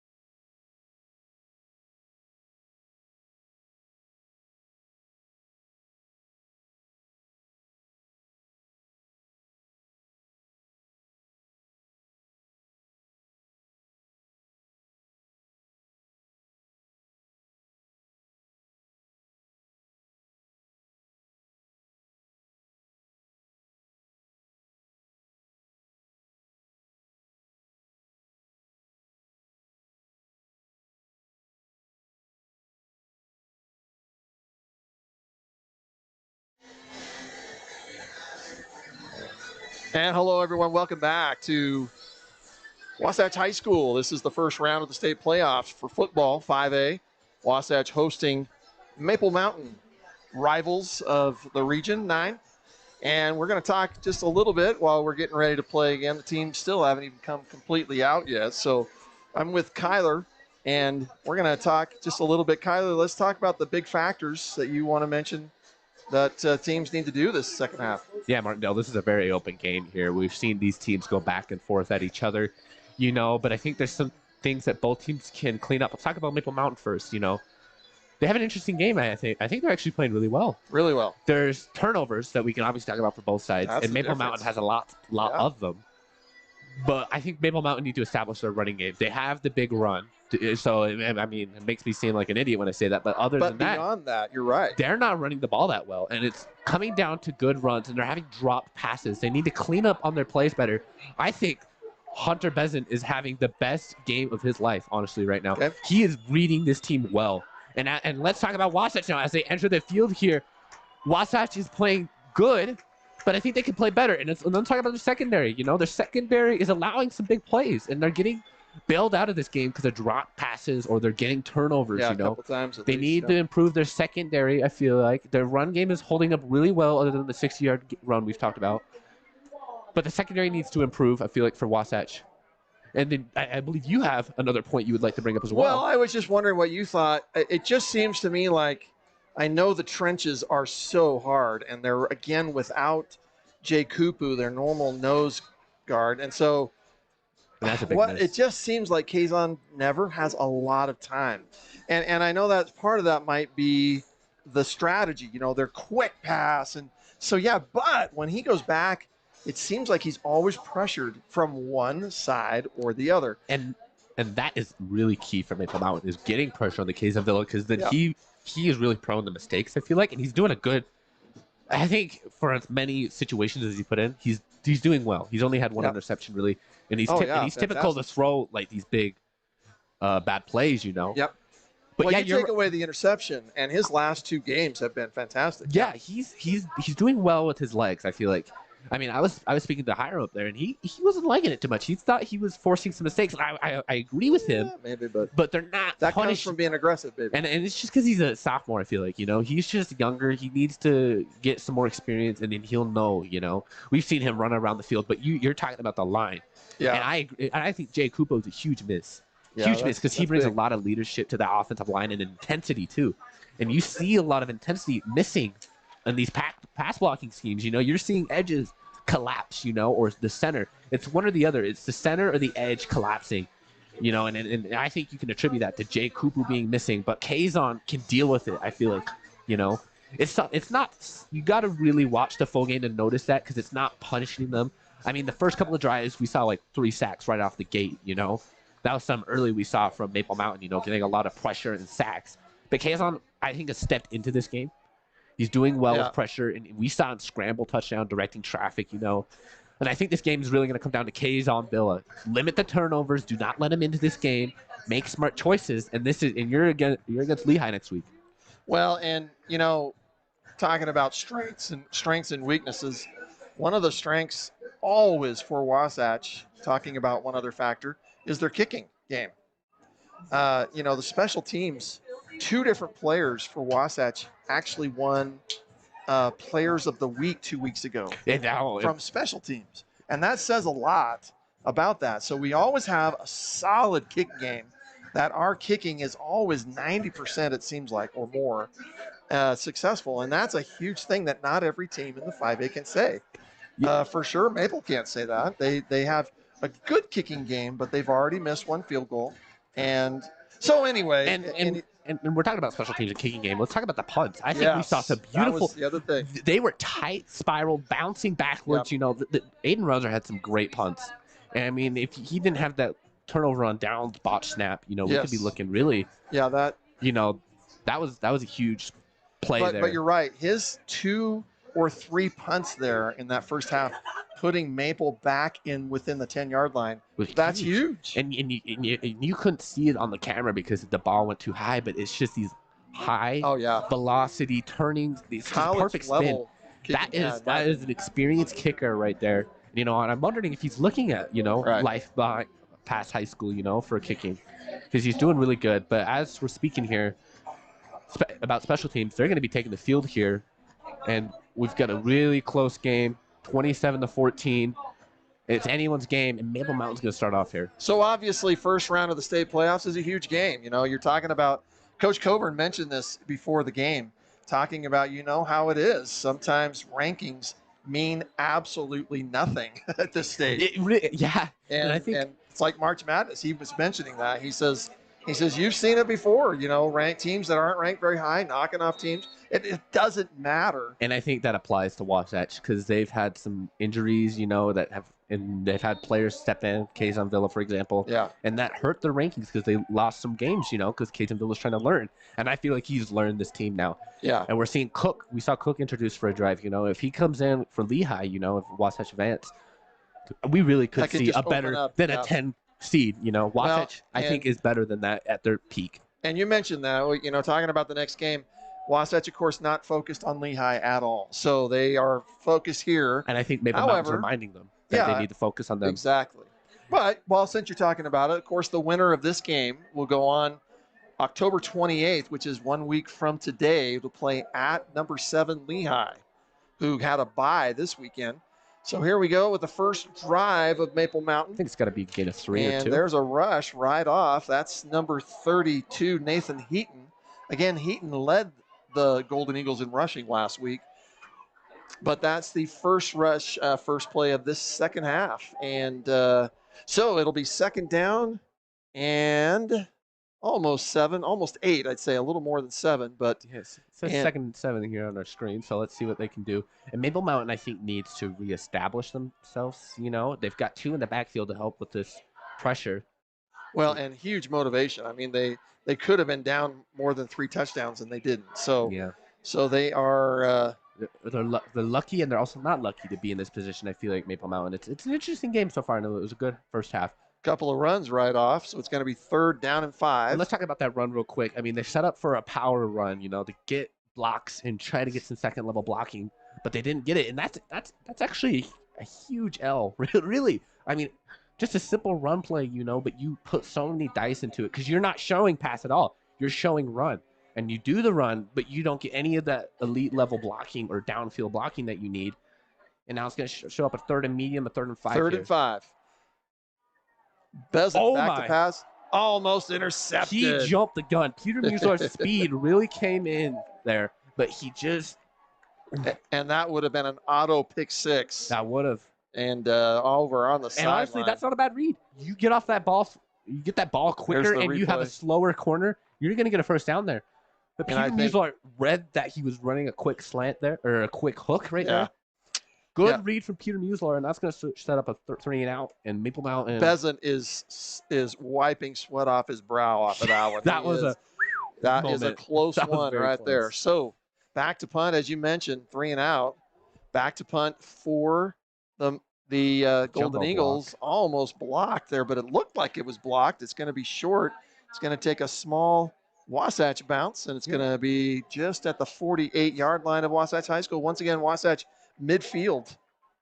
Yeah, just outside of Maple Mountain territory at their own 48, but this could be roll. They can get the ball really rolling here if Wasatch opens up with some scoring here, and we could see, them run away into Lehigh. And you see, this was a little bit of what I was talking about before the game, the kicking game. Maple Mountain just not the same right now. Well, they're not getting good. They're not, they don't have good areas to punt from. They're always backed up into their own 20 when they're making these punts. But yeah, that wasn't that great of a punt. And Wasatch hasn't been perfect. They missed a field goal at the end of the first half. It was an unlucky field goal, but yeah. Good pressure though, as we were talking about the field goal. Jaron Kalama is going to make a reception. He's still on his feet. He's going to drag a defender down into Maple Mountain territory. And this is exactly what I was talking about, before the half started here. Jaron Kalama and Law Kalama, they just get so many yards after contact, and it's huge, on these screen plays, these short little quick and grab. Right. Yeah. You need that. 2nd and 1. Kazon, again, with a little pressure, gives it to Jaron Kalama. He's going to get a few yards and probably the first down. Brought down by Maple Mountains. I believe that was Cole McAllister playing both sides of the ball. Yeah, and that's a great wrap tackle there, and you need to do that on your Kalamas because they're going to escape if you don't wrap them up and do a good conservative tackle. So now it's going to be they moved the change, didn't they? Yeah, 1st and 10. That throw. Pass just down a little too low to Josh Sanders. They have tried that play a few times. Yeah, it's a nice – I actually really enjoy the nice little screen play because once you don't run the screen, we saw them one time try and dial it up. You bait a screen play and then you run a fade. You just establish so many passing options, when you don't have a running game. But, boy, that one to and that's wide open. That's La Kalama. He's going to make magic with the ball. He's going to make one jigs and jags. Oh, and he's he got brought down. I do not believe. No, the referee agrees with me here. Touchdown. And I spoke about the Kalama's yards at the grab. He's just shaking and baking and jets on that. La Kalama with a huge touchdown there. And this could be ugly for Maple Mountain here. And let's watch that run there. I'm thinking his knee was down right there. And they don't have replay, the referees. Yeah. And I don't see the Maple Mountain coaches arguing or anything. So that will be a touchdown for La'a Kalama. And he absolutely melted that defender there on that nice little move. The kick is up and good. Ashton Salvin. That will make the score 34-14. So back to a 20-point lead for Wasatch, Kyler. Yeah, and this another 20-point lead. When we saw this last time, we're like, Wasatch is running away with it. But the Maple Mountain came out with a 60-yard touchdown. Yeah. And they're going to need another 60-yard-esque play, It's going to have to be big for Maple Mountain. They need to reestablish some momentum. Well, it's hard coming out of that. They had so much energy, I thought, looking at Maple Mountain in the halftime warm-ups or for what we call the second half warm-ups. And it just looked like Maple was doing – I was watching them, and Maple just looked like they were doing what you would want to do in a second half. They had energy, and they were excited. But then that first possession just could not develop. And then here we go. It's like a 3 and out, and Wasatch scores. So and it was just they devastating. tried the run play, and that 2nd down and 8 was I was surprised by that too, just a little bit. So I keep forgetting his name. Sorry, Bezant. He's just got some great reads, I feel like. I feel like that too. And they're drawing up good plays for him too. I don't know why you run multiple runs in a row after Bezant had that first half, I mean, he might have the picks, but that's just because Wasatch just had some good coverage in those situations. Right. Bezant needs, I think, a little more, what's the word? He needs more a little freed up, Yeah. Give him some more leeway. Let him make some more decisions because he's doing well, I feel like, and they're drawing up good plays. The 2 kickoffs that Wasatch has made here in the first few minutes of this second half have been bullets just completely out of the end zone. And I think they don't want it to go to – it was Cole McAllister and Jackson Denton, and they don't want to put the ball in their hands. They're star players. Yeah, you definitely don't want them getting their hands on the ball because if they do, they're going to tear it up field, So plenty of time in this game, 9:22 left. A 20-point lead is nothing in the Region 9 is what we found out this year. The Region 9 is explosive, and any more team, power. They're showing run again. So here's the pass though. attempt. This time Bezant looking down the sideline. He's got a man open, and it's complete. That's a huge L for Wasatch. That is all on them. They only sent 3, and they had so much protection, Maple Mountain. You can't botch the coverage there. And he found it in between 2. Look at this throw, though. Beautiful throw and beautiful grab. Yeah. Nice. You can see it. Coburn right there is pissed. Yeah. Because they set up for a big throw. Reception. They only sent 3, and they laid back. And they had so many people protecting. There was basically only 3 eligible receivers from Maple Mountain. It wasn't even a play action. Receiver was Cole McAllister, and that's basically a 30-yard pass play. And so we're back to live here. There's a little quick pass a la Wasatch, and that's over to Jackson Denton. And they're going to get, that's the quick screen pass over to the sideline. Yep, they're Wasatch territory now, and that pass reestablished some momentum, and they can ride that. The run game only got them 3, which is better in the past than well, but still, 3-yard gain. That's what they want. That's a lot for against Wasatch, 2nd and 7 for the Golden Eagles, and what I would have to think, this is an absolute must-score possession for the Golden Eagles. You need to get points on Even though we've got plenty of time, it's just you can't let Wasatch get that far ahead. No, maybe not. An out route would do well on the bottom of your screen. Bezant back lots and lots of time. Steps. Good read. He's going to go ahead and run it. He's going to get the first down. Bezant is fighting to get Maple Mountain back into this game. There's still a lot of time in this game, but he knows how important this possession is.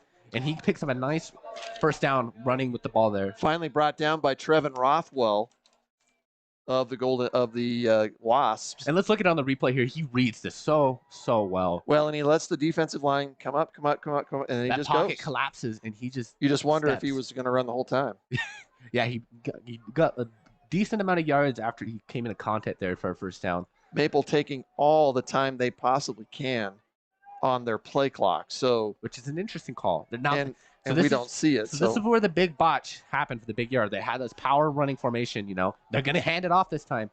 And that run goes nowhere. And now it's going against Maple Mountain because you're showing run and you show all these options for coverage and you're just, I believe nothing.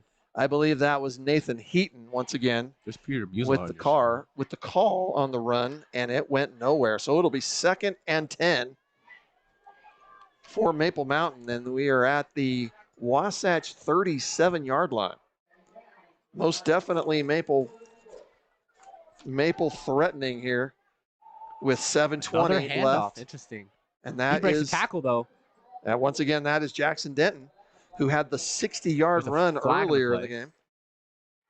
Yeah, flag on the play. It's near where the first point of contact happened. It could be holding though.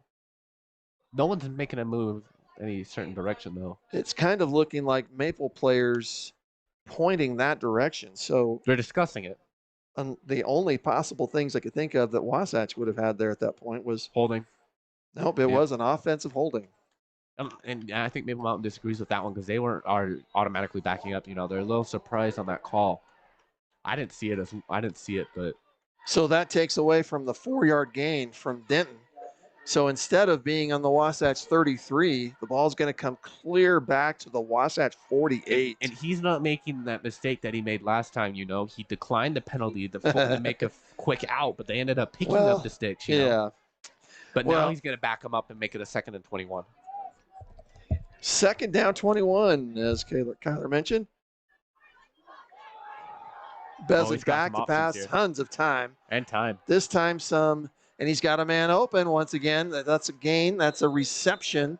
That is Cole McAllister again. And Maple Mountain's pass blocking scheme has been really good. I think Wasatch needs to go back to their old faithful of just blitzing regularly, at least 2 to 3 downs, because they gave him so much time there. I mean, the options were there, but he still elected to choose his time, rolling out right. A nice little dump off there, and now they're in striking distance for a first down. Cole McAllister has probably had 8 to 10 receptions this game. Some of them have not had a lot of yardage, but they gained about, looked like about catching 12. Option, He reminds me a lot of Leonard Fournette at the Tampa Bay Buccaneers. He's just an option that they can use to get the QB out of pressure. And he does exactly that as he sets up 3rd and 5. And there's a mistake. They're going to blow this one dead, though.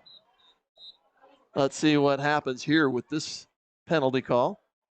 I think we have a false start. That's too bad. That was going to be a huge loss. Yep. So instead, it's only going to be a. Because what the QB wasn't ready for it. It was a motion. They went to motion, and he thought it was a snap when he made the motion. So Well, that's fortunate for Maple Mountain, I would say, because now instead of that ball, the ball was bouncing clear back at the 50-yard line. Instead, well, it's he only could gonna have thrown it. He could have thrown He it. could have ended up getting it, but then it would have been a 4th and 5. Yeah, 3 and 10, 3rd and 10 versus 4th and 5. I would take. I would say you do a run here and get either to a 4th and close. Maybe get a quick throw out of bounds and make a short fourth down conversion. 3rd and 10 for the Golden Eagles. Lots of options for Maple Mountain. But Doesn't back. He's got time. This time pressure from the left, and that pass is going to be incomplete. Wow. That he had his receiver there because they both stepped to number 6, the corners, and they read it. I thought he was going to make that throw too, but he took his time. Bezin saw that the corners were stepping on that. And then he made the right throw, but not on target. Intended receiver Cole McAllister once again. And you're right. That just looked like it was there, but we talked about special teams earlier, on how they set up, Wasatch was setting Maple Mountain into bad positions. Maple Mountain has the opportunity to do this to Wasatch, put them on their own 10, their own 20, give them some bad field goal positions. This punt is a lot bigger than it looks like, And again, it just looks like it's almost like Maple's taking a timeout, but they're not. They're just taking so much time. Are they deciding on what to do? Off of their play clock. This is where I really hope. I know they were talking about a couple of years ago of getting a play clock put on every field. They've got the offensive unit out. They don't have. So that will be a penalty. That's a delay game. Now you got to bring up the punt team. I don't think they like how short that distance was for a punt. So they were deciding, what do we do? Right. And I'm assuming that's what was the conversation going on in the huddle there. Are we going to take a punt or are we going to take a go for it? Are we going to go for this? And they ended up going for it, but the coaches are mad. Maybe they tried to call timeout. So are they waving the flag? All right. So I'm confused. They're pulling the flag back. Coach Coburn absolutely befuddled as to what's going on. Me as well. And there's just no possible way that you can let a team have this much time to decide what to do. So that's why I'm very curious as to why they're giving them this time. What? I don't know what the discussion is. You're right. The whistle blew, flag flew. And they had so much time before that flag was and even that's going just on. Giving them all the time in the world to plan whatever they want. I'm absolutely baffled by this. So it looks like we're just going to resume 4th and 10. Bezin is back. He's got time. Oh, man. He's throwing it down and incomplete. I talked about how good Bezin, there's a flag on the play, but I talked about how good Bezin has been doing. He's had 2 inaccurate throws where this should. Holding on the offense, and they're going to decline that. Yeah, turnover on downs. Bezin had a really poor drive there. He's had 2 easy throws. Well, that one was not so easy, but he had a really easy one where he made a good read, but a bad throw. Made a good read there, but just off target. And I got to say, this is my feeling on that. I think that was actually a great attempt, meaning great idea. Well, what he needed to do was hit the corner. Yeah. It was a great idea. That's why he made 2 good reads there, but inaccurate throws because he had him too. He had a step on the corner. So Wasatch, sorry, Kyler, Wasatch will take over on downs. And there's the first completion to Jaron Kalama. He's going to drag 3 0 speed on there. Golden Eagles. And as you're saying, 3 Golden Eagles on him. And 0 speed, but he was able to get 3 yards. I love watching. Yeah, he made something out of nothing there, it looked like. So instead of that being a play back at the line of scrimmage, there's going to be a 6-yard gain. And so Wasatch will be second, and that pass this time will go just wide. And that's what I was talking about. Put Kazon Villa under pressure, make him make bad decisions, and he just made a bad throw there. Or maybe he was throwing out of bounds like a... Yeah, maybe. I think he just knew he didn't have a guy open. Nalu Kitashima was the intended target, and he was just covered. So I think he just threw it so well enough out of the way so it wouldn't be intercepted. And try the hard count there to get a first down on 3rd and short. 6:21 left here in the 3rd quarter. Wasatch nursing a 20-point lead. I think we'll see a screen at the top of your... Kazon with a little more time this time. Jaron Kalama had to spin around to catch that, and he's getting up rather slowly. I think he's good. He's had that injured hand over the last couple of months. It seemed like he Looks got like in the his right second side is game. hurt there. And that's a big blow if that ends up being a serious injury. Yeah, you just definitely don't want to see that. It looked like he just Yeah, landed shoulder. hard on that right shoulder. Here's Here's a big live. throw, though, in the double coverage. And his intended target, of can't- course, Josh Sanders. And that would be pass interference, but that's not a catchable ball. You know, he'd have to be the Flash in order to grab that ball. That was just overthrown there. And Josh is fast. But you're right. That just looked like a little bit more of a bullet than sometimes you see Kazon throw. And Yeah, that's just awesome to see. overthrown. So And Kazonville is really trusting. I mean, we saw some trusting throws on one-on-one coverage, but that one was a double coverage one. Oh. and that looked like that can possibly be intercepted by Maple Mountain. And that it will be an interception there, a bad read from Kazon Villa. He threw a little bit too early. He should have allowed the play to develop a little bit because he did have a step on him, but as he threw it, you know, just wasn't in the right area and not the right timing there. That's Cole McAllister, who had 3 passing attempts to him offensively in the last drive and couldn't complete them, but this time he completes the interception. And so Maple Mountain takes over on the 3rd turnover of the night for Wasatch. And Cole McAllister is coming up huge for this team in the second half, and now It's there's amazing. an opportunity Yeah. for Maple Mountain. And he's playing both sides of the ball. Here's a handoff, it looks like, to Nathan Heaton. That is atrocious blocking. By the time that ball is into the running back's hands, the offensive line has backed up all the way to where he was. You need to have some better run blocking. So it if looks you wanna like get into this no game. gain on the play, as Kyler was mentioning, just not enough there. So again, that's Nathan Heaton held to no yards. So it'll be 2nd and 10. And we're at the Maple Mountain 37-yard line or so. And we haven't mentioned this yet, but without Jay Kupu, they're doing a 3 defensive line system, but they're still keeping the pressure. So this is very interesting from Wasatch's defense. The pass is up, and it is broken up. I don't know if you should call that. That was a tough grab. Good coverage there from Wasatch, and that's going to set up 3rd and 10. Let's see the replay on that one. I thought actually well done there by. I think he had a deflection there, and then he could have maybe caught the juggle. Yeah, that 71 for Wasatch. That's Jay Kupu. I don't. No, I that think that was couldn't be 51. right. I think that was 51. 51. Okay. Yeah, that was thank you. Brecken. That was Brecken Bowen there on the breakup. Okay, Bowen, and he's done that a couple of times tonight. So let's give at least a couple players good coverage, but he broke that play up. So it'll now be 3rd and 10. They're set up for the For big throw. Bezant. There's going to be something in the middle. Bezant's got time. He's got a little pressure. He gets it off quick, and it's miraculously caught. But all that for pass. naught, as that's going to bring up 4th and short. And I don't know if you punt or go for this. That's Benny Kilpack. You've got a 20-point game, 4 minutes in the 3rd quarter, and you've got 3 yards to go to extend this drive. I think you try and put Wasatch back on their heels, back in the deep, and let them earn it. I would do, if you're going to go for a play-action big throw, honestly. They won't be ready Great for it. replay there. Benny Kilpack, that ball looked like it was touched 3 different times. Yeah, that's a great concentration and focus on the ball in order to bring that one down, and he's going to give an option here for a go for it, and that's what they're going to do. They're going to go for it It here. actually looks like we have the clock stopped because a Wasatch player, and I did learn a little bit about why they're having players come off. They can't have any exposed scratches or blood, and that's what happened there. I just noticed that as there was a player. So 4th and about 3 The show yards pass. for Maple Wasatch is Mountain. setting the Plenty house. of time, and that pass Beautiful. is complete. Again, Cole McAllister. Bezant is reading these defenses just so well. You know, he's seeing the pressure, so he knows that the middle is going to be open on a quick slant. Yeah. Good reads. And He's got plenty of time. options. Yeah.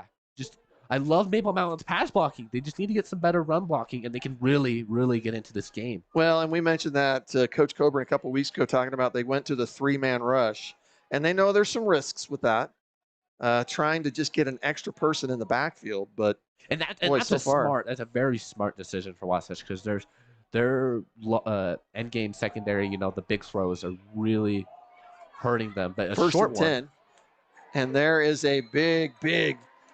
That's going to be a loss of yards, depending on where the ball gets placed. But again, Benny Kilpack, the receiver, and it looks like they are going to give him a good placement there, because otherwise he was clear back 6 yards. But I think forward progressing is going to help him out a Yeah. little bit there. But I was just that the reason he had to throw that short one was because there was great coverage. You know, we're seeing Yes. 3 backs you know, and then the corners as well. It's just good coverage, you know. Sometimes the middle's open with this new look defense, but I'm really liking what I'm seeing from Wasatch. It's definitely a step up from their previous secondary. Besan has a man open once again. That's What a hit. Jackson Denton. Jackson Denton is going to get pushed out of bounds. Peter Muslar there. Who was the tackle? Peter Peter Muslar. Muslar. Okay.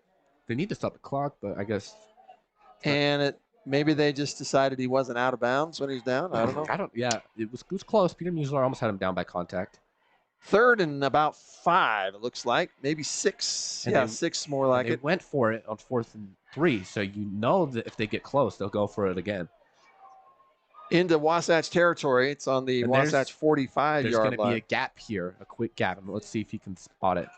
Besan's There it is, he back. He's spotted got it. his man open across the middle once and again. I don't know why you set up that number 2. Josh Sanders is set way back up like it's going to be a Hail Mary play. Yeah, he like- needs to be pushed up there to not allow a short play and hope the defensive line can make this a quick drive or a quick play. Excuse me.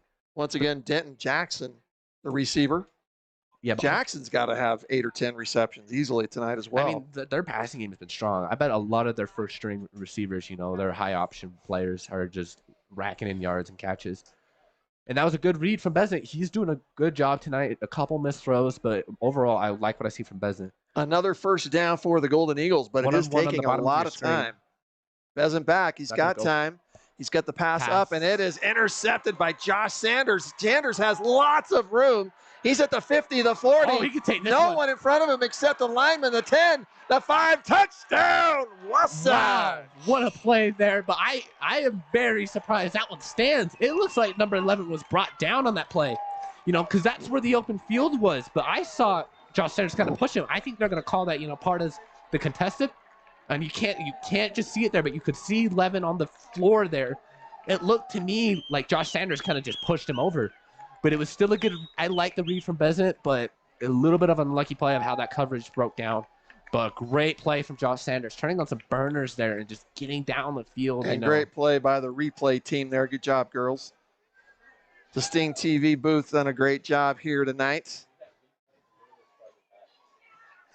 So the touchdown by Sanders, the first in a couple of weeks, I believe, for Josh Sanders, for the senior. And that kick is up and good. And that will make the score Wasatch 41, Maple Mountain 14.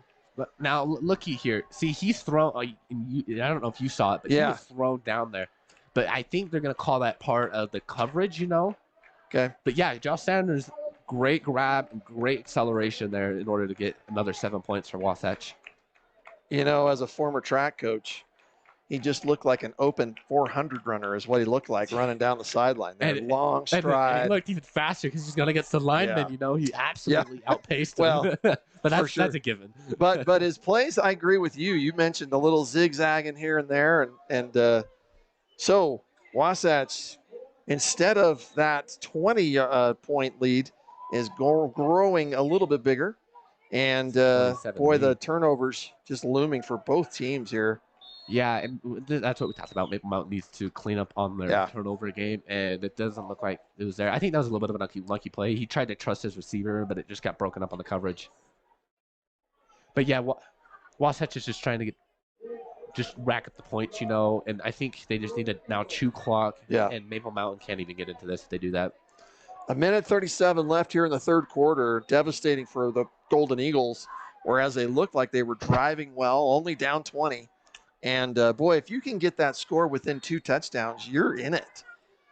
And so that's got to be And we know how famous Wasatch is for giving up points in the fourth quarter. Yes, for sure. That's probably on the scouting report. Yeah. So there's a lot. But, I mean, if you come into the fourth quarter with that big of a lead, it's going to be impossible to drop that lead almost, you know.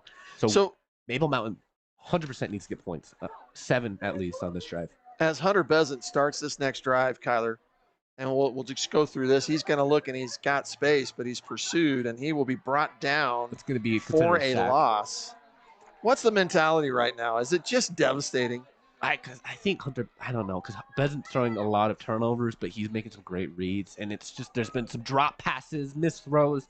Maple Mountain's, their morale is really, really low because they could be in this game. If they cleaned up their mistakes, you know, it's a different game. Yeah. It really is. Well, and technically, there is still a lot of time left in this game. I mean, you're talking about. There's our camera crew. Sorry to cut you off there. And That's now the we're score looking crew, at the score crew. Hello there. Nice. There you they are. Can't see Martindale, sadly. That's all right. That's a better right. view right there. All right, second and about 12. Pheasant with lots of time. He's got a man open. Looks like Good the coverage. pass is incomplete. And if you've got that much time, don't throw a pass that covered, you know. I didn't see it too well, but I know well enough that he probably had a better throw there. You could have went on his legs. Intended receiver, Benny Kilpack of the Golden Eagles, and that was well covered, like you mentioned. Who was that? I thought we might see a replay on it. I did not see. I don't know if that was, I want to say that was number 5. That was Konica High. Do we have a replay of that last one by any chance? All right, no worries. Hey, they were too busy because they were on the screen, you know. They were smiling. They got for the some camera. screen time, you know. They're way too distracted. No, there's a problem messing. with her. Yeah. Just messing. You guys have done great. So 3rd and 12, and that pass is going to be incomplete. So Maple Mountain 3 and out with a 4th and 12. And I think you can attribute this to the change in secondary.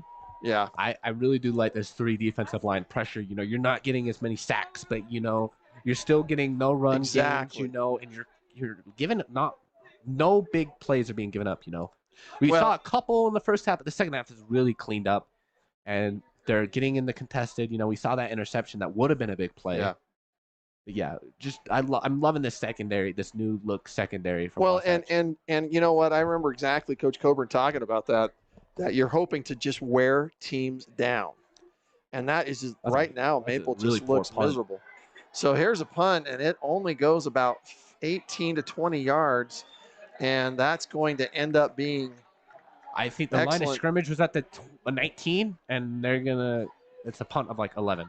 So it will be on the Maple Mountain 31-yard line. And, boy, that is exactly what we were talking about, special teams. That is rough. I mean, if you can even get a 30 or 40-yard punt, you're at least putting them in their own territory a little bit. So a rough punt there. Maple Mountain with a lot of work here, and man, Wasatch in a great position to take a lot of control of this game. Before Maple Mountain's 3 and out, Wasatch, if they just roll down the clock, they'll be good. And I think that's why we're seeing Cook on the field. They're just going to look to run the ball and just. But have you seen them just run the clock? That's a nice RPO play.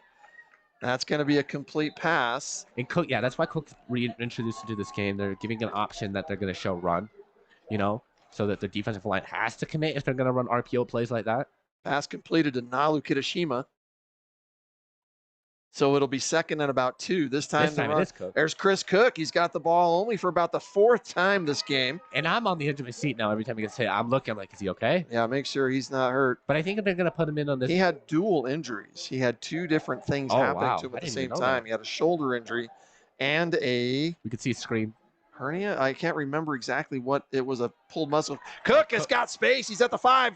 He's finally brought down. Well, that dual injury is not showing there as he's approaching the end zone there. He might get a touchdown after his long-awaited return here. Good little run there. A fantastic little run once again. That was Chris Cook. And so now Wasatch with 1st and goal at the 3-yard line. Opportunity. There's Cook again. He's going to run into the end zone. Touchdown. Cook's got a touchdown heading against Lehigh, as it surely looks like the next round of playoffs is secured after Cook has gotten them another 6. So probably really happy for everyone on the sideline, and especially Chris Cook, to get him back with this team. And that's a huge positive, because even if you just have Cook on the field, you're showing that you're going to run, you know.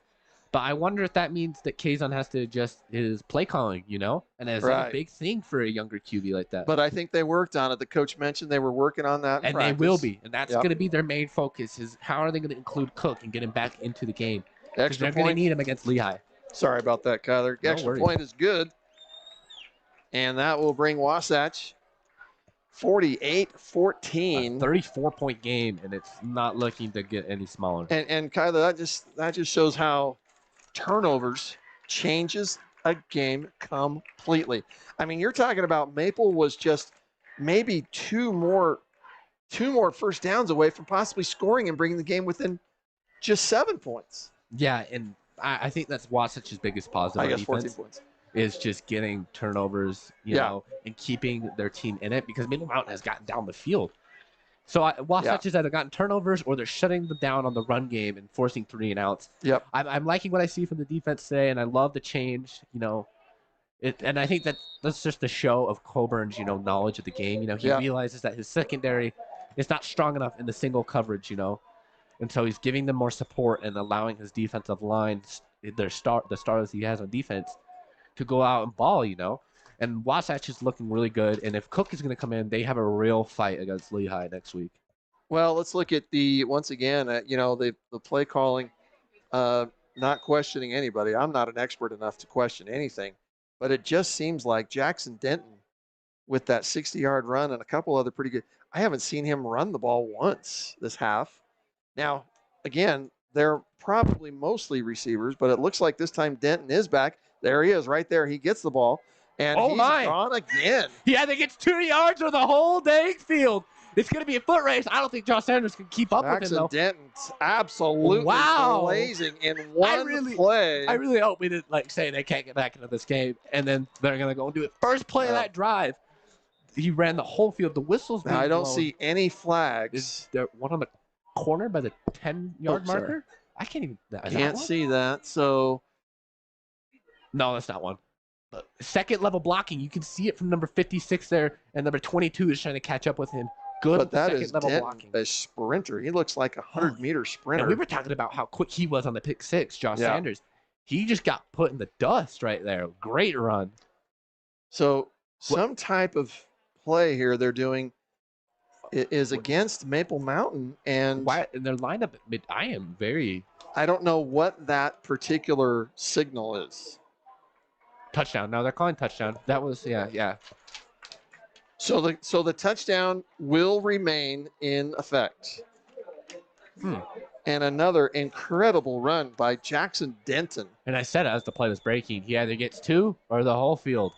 You know, big runs from him. And was I not calling that just 10 seconds before that happened? Oh, what you reminded me. I just said I don't know why they haven't given him the ball again, and boom. But that's about as smart as I get. I don't know. He's not good at the contact running, you know, but he's got so much agility and speed, and he can hit a hole, you know. And if Maple Mountain can create it, he will just go up, you know, and score huge runs. Well, the touchdown brings Maple to 20. I don't know why you don't go for 2, though. Well, at this point, you might think that, but maybe like you said earlier, just make sure we get our points. Kick is up, and it is blocked. And so the score will remain. Wasatch really up poor. now. He did not get enough by 28. So still a quarter left of football and lots of fireworks. Here's that replay on the extra point. Not a lot of height on this, you know, it just went right. Yeah, that looked like it was going to barely get over the bar, didn't it? If it didn't get over his offensive line, it would have hit someone's hands on the defense. So a lot of power on that and no height. You got to go through your fundamentals as a kicker, you know. And you need that point, too. A 17-point game versus an 18-point game is actually a huge difference. Because you either need to get a touchdown and an extra and go for 2, or but 17 points is 2 touchdowns and a field goal. Whereas now it's 18. It's actually 28. Or 28. Oh, my goodness. Yeah, it's a 4 touchdown game. I was totally doing my math. That's all right. I was thinking the same. So touchdown game. And so 4 touchdowns, but you mentioned it earlier. Fourth quarters for Wasatch have not been always the greatest. But so let's talk about how Maple Mountain can get into this game, right? Yep. They've got at least 4 possessions because they got to get 4 scores. You need to go lights out on defense. So that means you need to pick up your coverage. Don't allow any big plays to be happening for Maple Mountain. And what you need to do is quick 3 and outs on defense. You can't allow Wasatch to run this time down. Because I spoke about it earlier. If Wasatch just runs down this time, it doesn't matter how many points Maple Mountain gets. They're not going to have enough time to do it. So if you can, if you can allow your defense to step up and not give Wasatch a lot of time, You can Right. get back into this game, but that's what's going to be required, and we're going to see Maple Mountain's defense. And here is an onside kick. They were ready for it. Brecken Bowen That was falls on that beautifully. the number 4, the kicker for them is really, you know, he knows he messed up there. Peyton Cranford. Because you want to get a bounce there. Yeah, you need a kick bounce. the top of the football in order for it to get a jump, or you just kick it straight up. You know, and he made it a little bit telegraphed, you know. It was pretty easy to see that he was going to do that. They weren't lined up for an onside, but you could see that it was once he. Yeah, that's the other thing that I'm a little surprised at. If you're going to do that, boy, you want to load a few guys on one side. And anyway. They were just trying to hide it. Well, yeah, exactly. And I think it was just element of surprise, maybe. So in either case, Wasatch first possession, and there's Chris Cook once again. And he's got space, a little zigzag, and he is brought down. Yep, that's just 3 more downs to extend the clock, and you cannot be doing that if you're Maple Mountain. I mean, you haven't seen run this whole night, really, and now they have a running back on the field, so I think that's messing with them a little bit. It really is. I agree with you. They need to change to a 4-3 system, in my opinion. This time, Kazon's going to fake the handoff and keep it, and he's going to slide in. Be so lethal against Lehigh, you know, just this RPO style and Kazon can make smart decisions. Cook really just adds an option, you know, and every defense needs to be aware of it. Great play calling here by the Wasps. So it's immediately a first down on the Cook play. And now it's 2nd and 4. And now they've 5. This time it's La'a Kalama staying on his feet for another Wasatch first down. Cook is just changing this game. You know, he's only touched the ball once in this drive, but Maple Mountain has to change their whole defense, you know. They weren't ready for the first one, and then they get ready for the first one, and then it goes to Kazon, and now they're like, all right, it's a run, and it's just a Chris nice Cook option. again with the ball. And this time he's going to be met. But Cook is just being on this field, you know, as he hasn't been on this whole time. They haven't had a running back option this whole game. Right. And now that he's on the field, it really changes the dimension of this game, and the defense is not ready for it. Cook that time met by number 12, which we don't have that number on our roster as well. So this time it's kept. I couldn't even given tell, to Chris Cook. He's going to get down to about the 5-yard line. They can get a first down still. The first down will be at the, it looks like they bring him down at the 6-yard line. First down is just inside the 5. So Chris Cook once again with the ball. Read. He has gotten the ball basically 6 out of the 7 snaps. He saw the defender overcommit, so he made a cut, and that's going to give him the first down. And I think you just keep running this ball. Hammer it to Cook in a power formation, you know, get him up the middle. And just wind this clock down. You can take a field goal, honestly. It doesn't matter. It's more important to run the clock.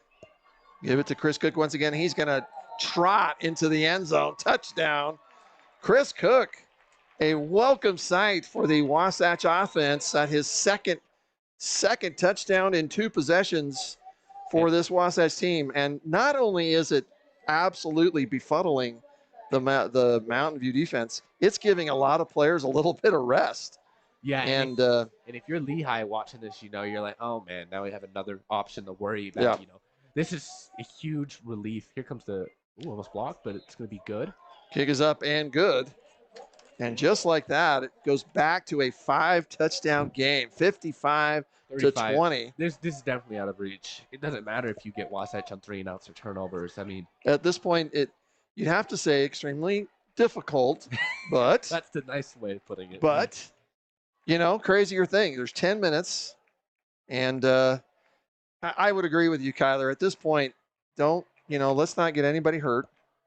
Yeah, let's do what we can to stay healthy and safe, because it's not a 2-week break this time, which really probably helped Chris Cook having a 2-week break. But this time you only have 7 days. So, and I want to bring up Chris Cook again. Now, correct me if I'm wrong. He's only been on the field for 3 drives. One of those drives exactly was 1 snap, and he has 2 scores. Yes.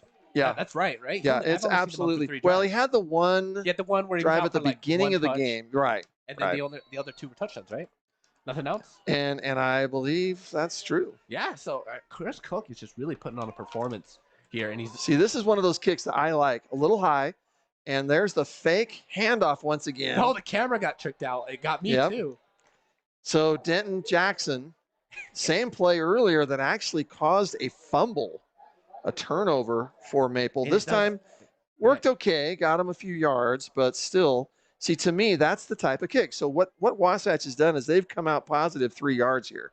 Instead of kicking it in the end zone to just go to the 20, they actually gained 3 yards by kicking it high and inside the 5-yard line, which I think is what college teams try to do sometimes. They try to kick it high and make it land inside to give their defenders enough time to get down the field and make a what is a loss instead of a touchback. They're a lot more youthful and fast, you know. These guys can get so downfield, especially in college, you know.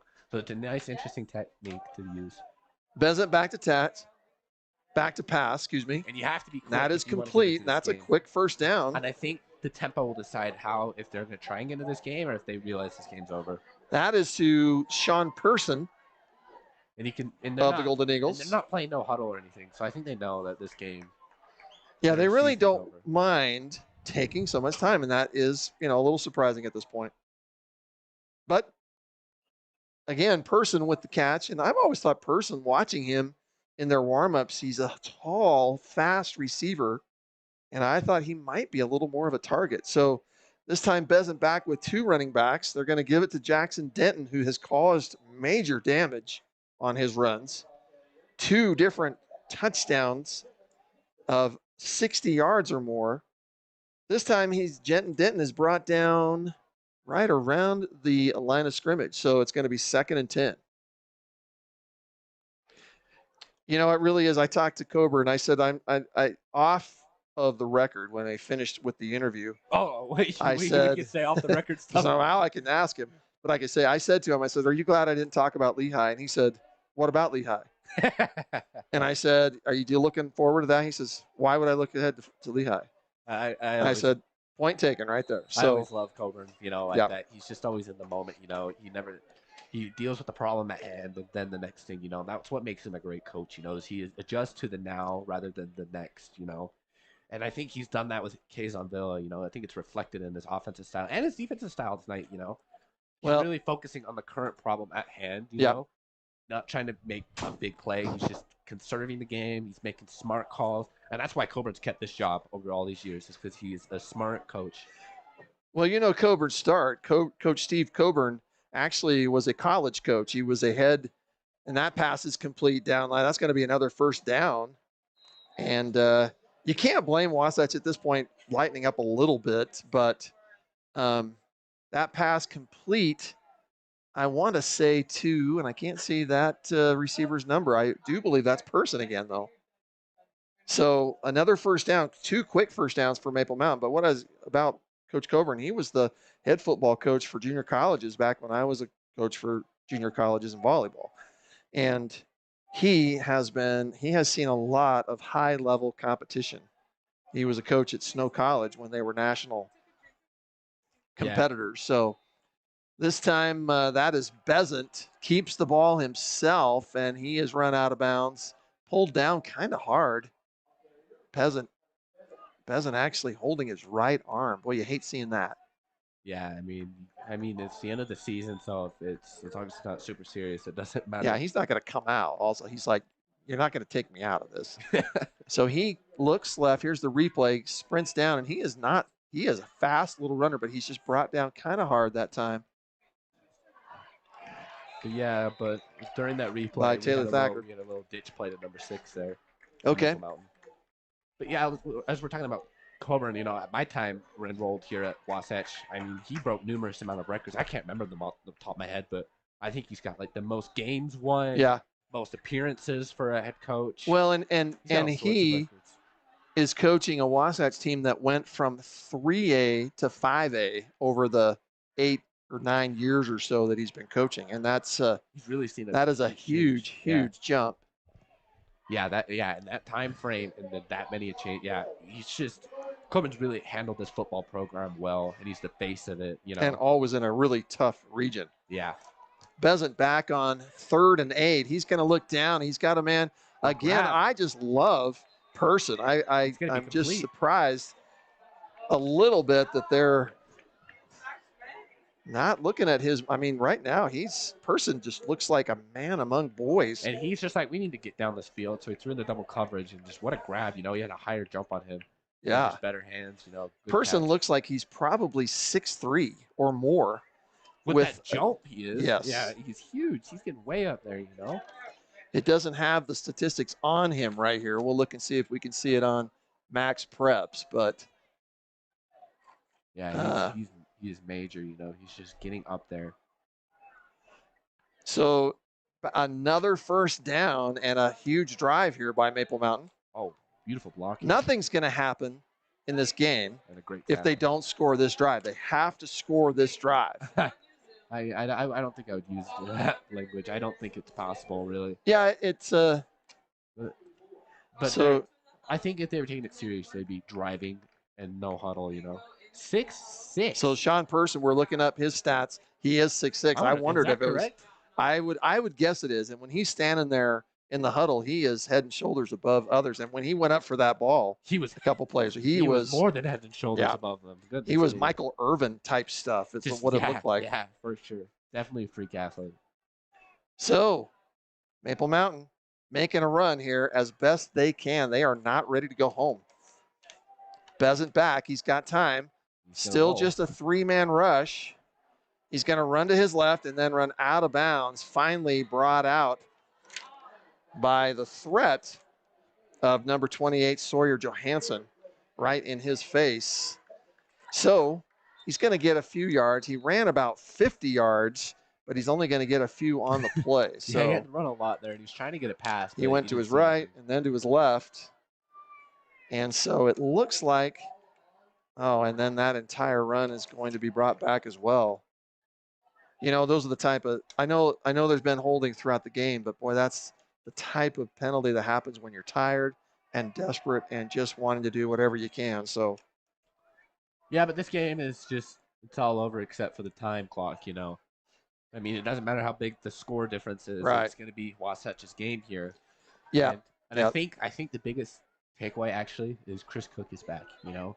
Huge. And huge. this Wasatch defense system is really working, I feel like, you know. It's, if the drives are quick, they're really going to do this. And if they do extend, typically that means that Wasatch is not going to do well. It's a big pass and they're going to lose yards. But there's, oh, wow, a lot of breaking tackles there from number 3.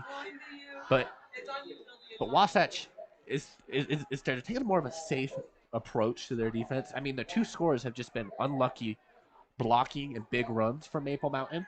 Yeah. But overall, I have really enjoyed this Wasatch defense. I think it's been a good performance. Turnovers galore. They're really forcing the QB to make tough decisions, you know, and fumbles too. It's been a great game for Wasatch. There's a lot of positives to take away.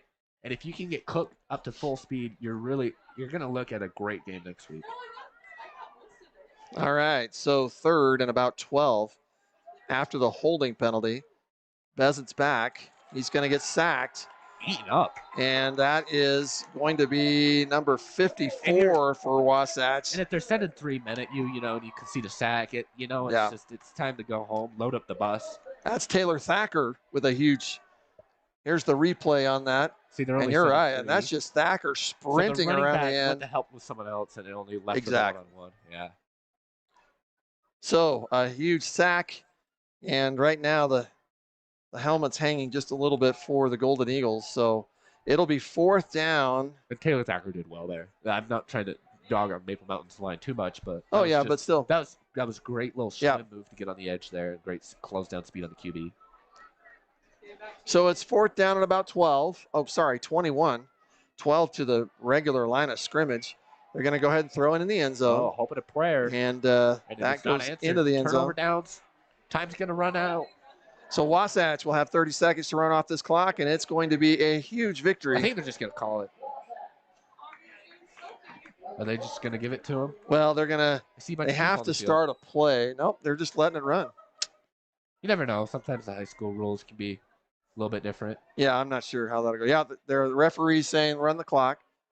And so that will be it. So Wasatch High School in the final game here at Wright Tree Stadium in the 2021 will get a first-round victory over the Maple Mountain Golden Eagles. And they came out and did exactly what they need to do. You know, they established themselves in the game.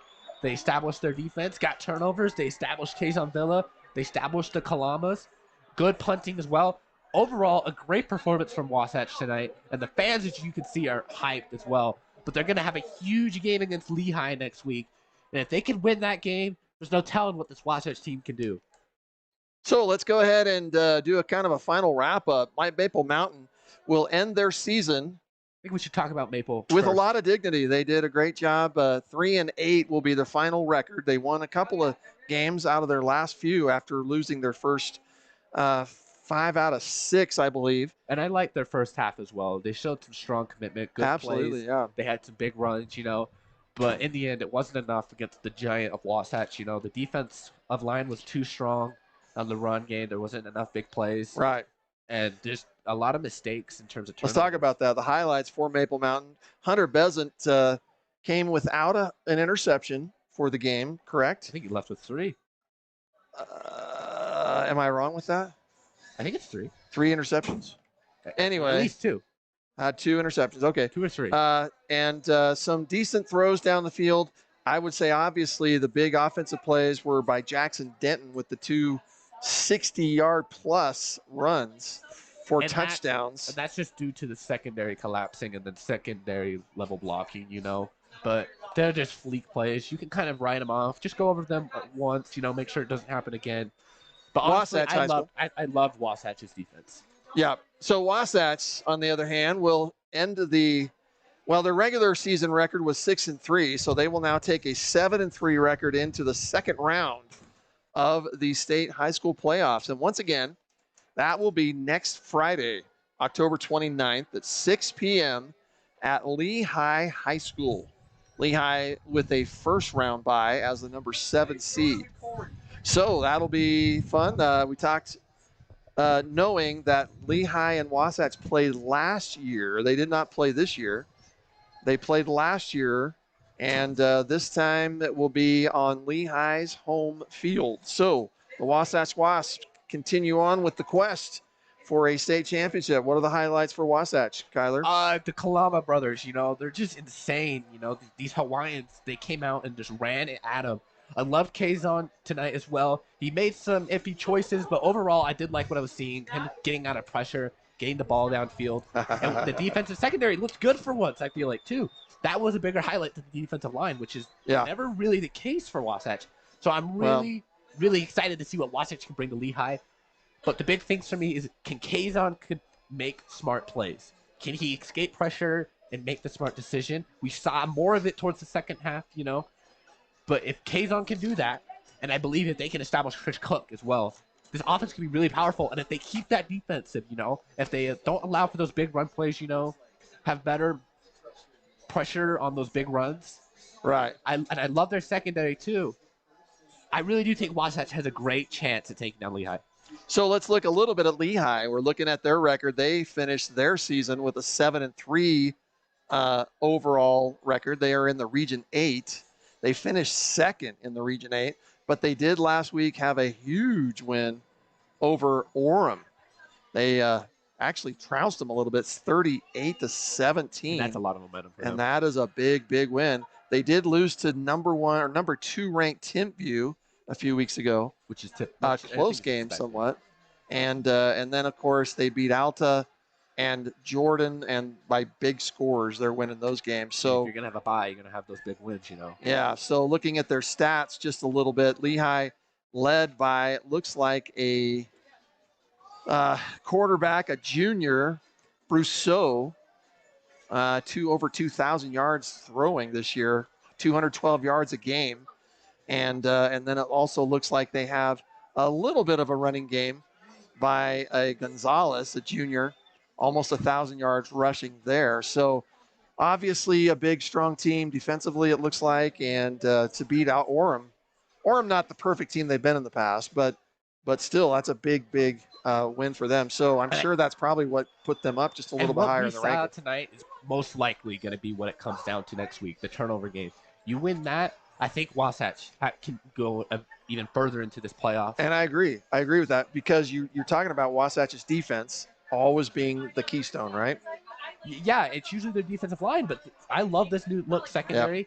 Yep. And I think it's going to come down to Kazon, though. A lot of pressure is going to be on him to just make smart decisions. And what's going to take the pressure off of Kazon Villa? Chris Cook. And Chris that was Cook, another big yeah. point I keep mentioning. And that's what we talk about, big plays for them. You know, we talk about the Kalama brothers with theirs, the pick six by Josh Sanders, but how can you look away from the 2 touchdowns in 2 possessions for Chris Cook? He was only a part of like 3 or 4 possessions, and when he was involved heavily in those, absolute yards.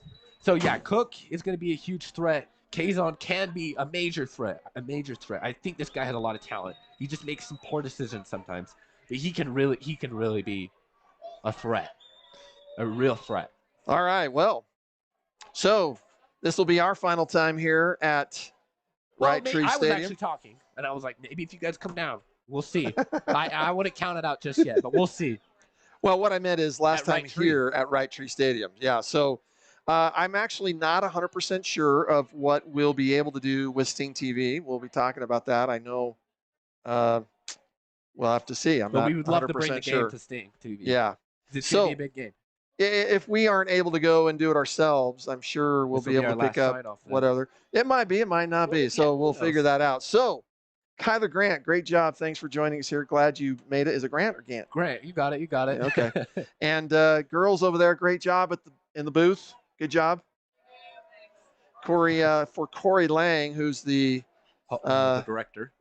We'll call I was going to call him the puppet master, but he is the director here, and was hoping to call a little bit tonight, but he woke up this morning without a voice. So, but he has been everywhere, running from one end to the other, doing the camera work and helping all these great students that do this here at Stingtv. So, for all of us here, any final thoughts, Kyler? No, thank you guys for tuning in. It's been great streaming here at the Right Tree Stadium. We hope we'll get some more games for the playoffs. Yeah.